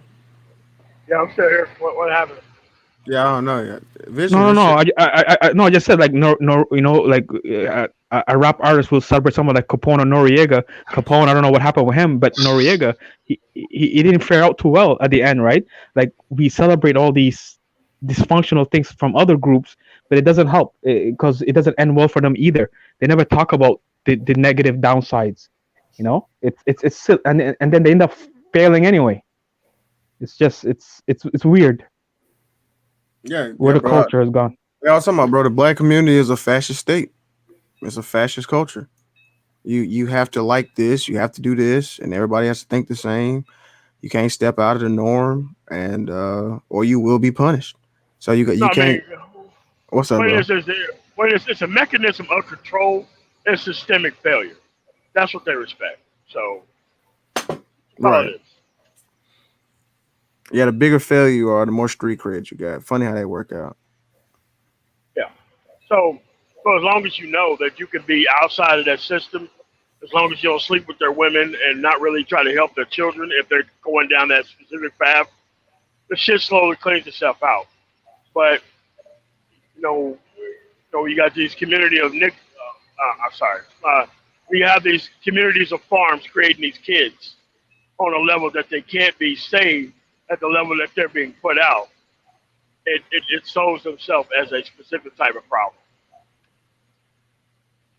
Yes, it's Nagaga, by the way. That's the code word What's that? for the. Anyway, no, don't worry about it. But All right, yeah, all right. I see what you're saying though. Yeah, it's just that as long as you realize you can have a better life outside of these people's influence and control, which you obviously can, you can see that now. So let me ask you a That, question. So you're SYSBM, right? yeah, Right. Yeah. Okay. Cool. So would you? So do you agree that like black people should separate and create a absolutely. okay, okay, cool. Yeah. That's what's gonna have to happen, man, because this shit not a hand. I'm This it, saying, dude, like 50, 60 miles outside of any metro city, you could go create this stuff. Land is pretty cheap. I'm buying some right now in Oklahoma and outside the Dallas area to do the exact same thing you just said. yeah, you're gonna have to. Not because it's easier. It's way easier to build on fertile land. Now, it's out in the middle of nowhere. You're going to have to do a lot to get the land up. But you can hire people to do that. That's not hard. And once it's kind of up, you can plant crops on it every single year, and it becomes a self-sustaining type of thing. So Right. it, it's just that you have to get away from these people who are not doing very well. Because what a culture is, it's a systemic process to create what? It's just that black culture is a systemic process to create failure, right? By having Mhm. failures run things, failures represent everything, and the idea of community is people clean up after everybody's mistakes. That's what community is used as. Is community is a type of let's call it a sexual caste system where one type of men make all the problems in the quote unquote community, and the other type of men, everybody else come and cleans up after those guys. That's why people come in acting like they were the guy who created the problems. So that way they don't have to be the guy responsible for cleaning up after the problems made by those people. Yeah, no, yeah, I agree with you. I mean, yeah, I mean, Yeah. So as yeah, long as you make your money, become productive, and keep it to yourself and not give it away to certain people, this system will normally have 50, 40, and 30 something year old women on the market like we have right now. They broke the stepdaddy system. Men didn't break the stepdaddy system. They broke it. Yeah, I agree. Yeah, I mean, thank goodness they broke it because right now men are realizing their own value. But you're going to have people who spring up who are trying to act like they for the actual interests of black men when they're actually trying to send you back into the same environment with quote unquote new information. and that's what I want to kind of stop. Yeah, that boy pulled up. You talking about that Civil War? You pulled up like, hey, that shit ain't. That shit ain't going down. Yeah, I agree with you though, man. I don't think that Civil War shit's gonna go down. Most people not built like that in America anyway. No, like, dude, think about it. You think these people gonna skip a meal? These people? Exactly, bro. Exactly. Most people can't even do 20 push-ups. That's what I'm saying, man. Like, dude, listen. They gonna go in there with the carbine rifles. They gonna shoot that shit off, and they gonna be like, "Damn, what now?" That's gonna be it. What are you gonna do? Keep going back and keep getting more ammunition straight for communities? How long you think the police is gonna put up with that? How long you think the actual National Guard is gonna put up with that? Yeah, for real. I mean, yeah, they'll stump it. Like for any type of civil war to happen, it'll have to be like information warfare. You know what I mean? It definitely will not be with guns. In 2020, no. 2020 beyond, no. The FBI is already up these people's asses already, man. That's what I'm saying. There. They already got, like, you talking about for the information side, or you talking about from like you about the guns and stuff? I'm talking about the gun side. Yeah, now exactly. Now that lady was planning on getting kidnapped and killed by those same type of people, they're on the radar now. Yeah, I saw that. Yeah, the Antifa dudes was talking about. Yeah, they was talking about kidnapping the governor, wasn't it? That lady. No, was it the governor? No, it was the Michigan Wolverine group. That's not Antifa. Who wanted to do that? No, they said he had Antifa. Like he had a photo. He had a little Antifa anarchy sign in his background on one of his photos. Okay, all right. But I see what you're saying, though. Yeah, but that's not what it was. I mean, if you research the case, that's not what happened. Hey, MOT, I remember, this may or may not relate. I remember that Heaven's Gate thing in Atlanta. They thought they were gonna, they were a little bit more religious, but when it got down to it, they got put in check. I don't know the full story, but you know what I'm talking about. Like, no, Heaven's that Gate was for people who mass suicide, I think. Oh, okay. I remember they were surrounded, and I thought that basically that's why they did it. That's David Koresh or something back in the day. They were surrounded, but they decided to commit mass suicide, then go in. Oh, okay. That's what those all right. Did. Yeah. I mean, but they're a cult, and that's kind of way different than what we're talking about, but yeah. No, it was just the power. I just wanted to, like, the power that was sent to deal with it. You know, like, it was just amazing, like, the amount of force that was sent. Like, people should just think about that if they really think they can mess with the government forces, is what I'm trying to say. Yeah, I mean, dude, like, the government can mobilize force very quickly. Very quickly. Like, they have no idea the shit these state governments have been stockpiling. Police departments in specific, since 9/11. They've been preparing for this type of stuff. Trust me. You know, while the police don't want to be in a guerrilla warfare situation, you could call in any major SWAT team and they could put down these people relatively quickly. Yeah, I totally which can be mobilized very quickly. Yeah. Yeah, so all this stuff is happening because there is an education on the process and things that are going on here. And so it is leading people to spring up and start throwing around these newfangled things. And I just don't think that, like I said, this Wolverine group in Michigan, making threats and all this kind of stuff, training in the wide open. Like, these dudes are nothing but weekend warriors, man. Weekend warriors. They're not going to do anything. Especially if they know they're going to be met with overwhelming force, they will break up very quickly. The only reason why they are doing it, because no one is really coming down hard on them yet. And, like, dude, all these people got jobs and shit. A lot of these people are on disability and shit. They're just cosplay.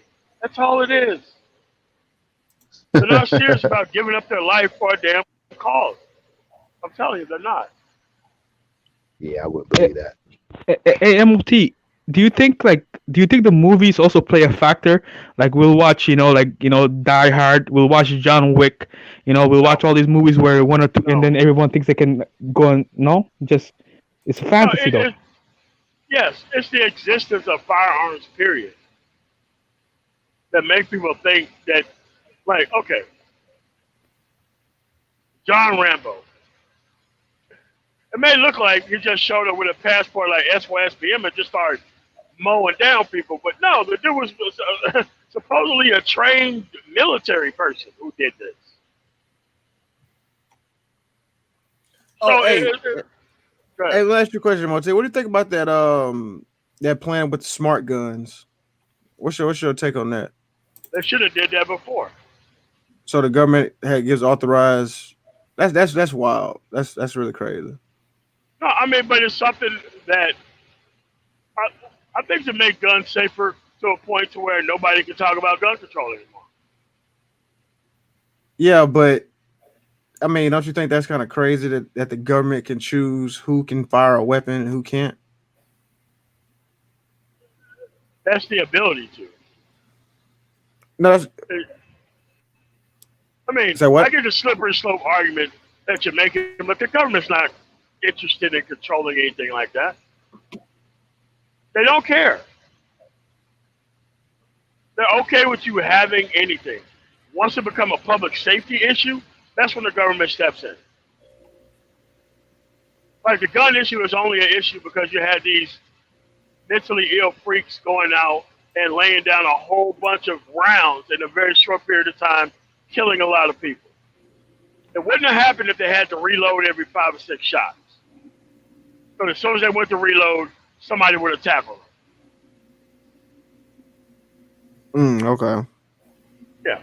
So it's a public safety issue. It isn't your guns issue. I mean, shit, have 100-round drums. But if you're not doing anything to stop these weapons from getting in the hands of the wrong people, and these incidents keep happening, you have to realize it took one car crash to get seatbelts on all cars in the entire country.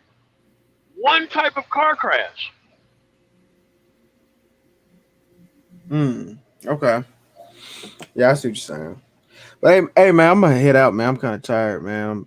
It was good talk, y'all fellas, man. Y'all be easy, all right? Yeah, No problem, man. it's a good time to close down. Y'all want to do final thoughts? Yeah. And my final thoughts is thanks for having me on, man. Oh. Good to see you back, man. I've been saying for a while, I'm at like the Super Bowl of the actual transportation industry, which is whatever Prime Day is until the end of the year. So that's how come I haven't been doing live streams or daily drops and all that kind of stuff. Cause I'll be working like 16 to 18 hours a day. So. Okay, it's all good. No worries. Yeah. No worries. Let's see. Citizen Boo. Oh man, I just we went on a whole bunch of topics, but back to the simp haters. Yeah, man, just be wary of these nagagas and don't let them knock you off your square. You know what I mean? Yeah, don't let them knock you off your square. Keep doing you. Just because you might not be able to change the tire, don't mean you're not a man, bro. Like, all right. That's it. That's all I remember, and also that generation overlooked all those kids being created and didn't try to help them with anything. So I'm not sure why they would be mad anyway at the kids. I understand. That's a good point. What prompted this stream was something I seen on Kid Organics video where a white guy had his girlfriend changing a tire, and 2 black guys came and bullied him into changing a tire himself. I'm not gonna lie, man. The last 2 people who worked on my trailers were both women, both extremely good-looking women at that. Mm-hmm. Well, no, the aspect was these guys were emasculating him and saying stuff like, "Why are you with this clown?" like in front of him while forcing him to change the tire. So it was very. Why? Because they wanted the girl.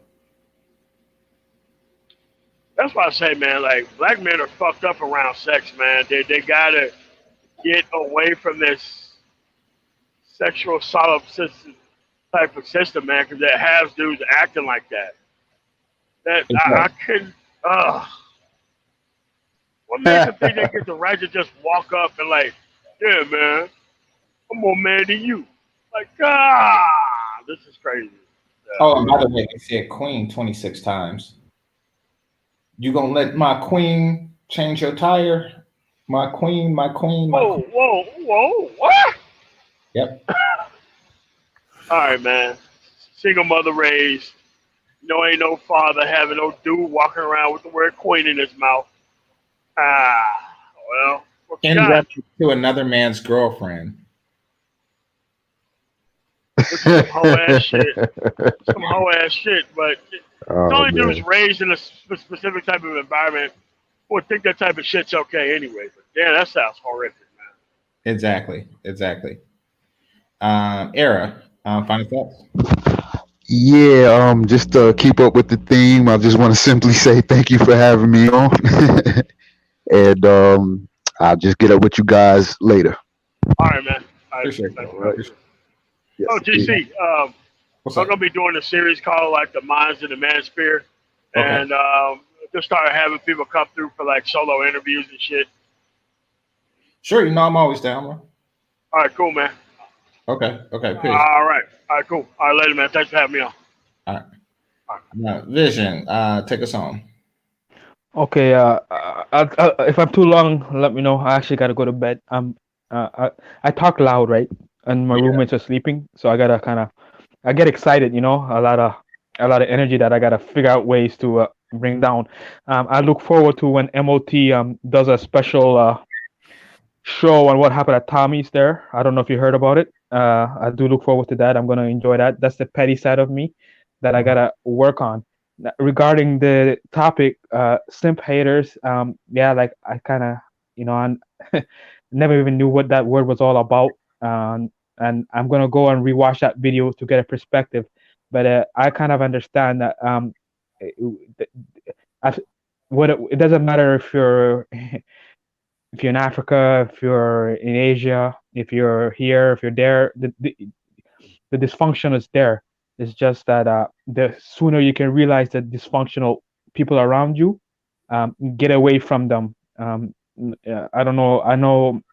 We have the. I'll tie it up. We have the nigga Bibles, like Art of War and 48 Laws of Power. But one of the books that's there too is To Think and to Grow Rich. That's actually a good one, Napoleon Hill, where he says show me your 5 friends and I'll tell you where you are. Like that's where that comes from, right? Like you can only be at a level of the people that are around you. So if you hang around successful, forward thinking people, that's going to be your energy. But if you're hanging around uh, people that are dysfunctional, then you're only gonna come down. But on a positive step, I really enjoy the space Game Changer. I come to this channel and I know I was coming with that bullshit. I apologize. I was just pissed off. I'll work on that. But this is a good space. Yeah, the nonsense that's happened every once in a while, the yelling and the screaming, but it's not as dysfunctional as other spaces. Um, I'm reading that Shahrzad Ali book. I'm reading some other books, and yes, these books are pro-black, but if you can escape the white supremacy aspect, they do when they do break down the dysfunctionalism in our community. They really do, because sometimes we live in environments where we don't see it, but then when you get around it, you don't know how to recognize it. The last thing is, you know, a long time ago, I used to promote Neely Fuller, and people used to get on me about him. He was in the military. He served in Korea. He's from the South, so he had a very interesting life. And yes, he is stuck on that that WS, white supremacy. But if you can get away from that and get into that book, it explains our dysfunction as well, and everything that's happened in the manosphere is in that book. It's crazy, but you just got to get past. You got to get past that. But I'll go back and watch this, and I enjoy this place, and keep doing your thing, man. Keep it positive, and we'll figure this out. Okay. Okay. I appreciate you. Peace. Peace. That being said, I want to thank the Cash Apps and Super Chats, the managers and moderators, those who are listening silently, and those who are participating in the chat. Make sure you hit the like button on your way out. And remember, this is Game Changer 00100. Game over. Peace.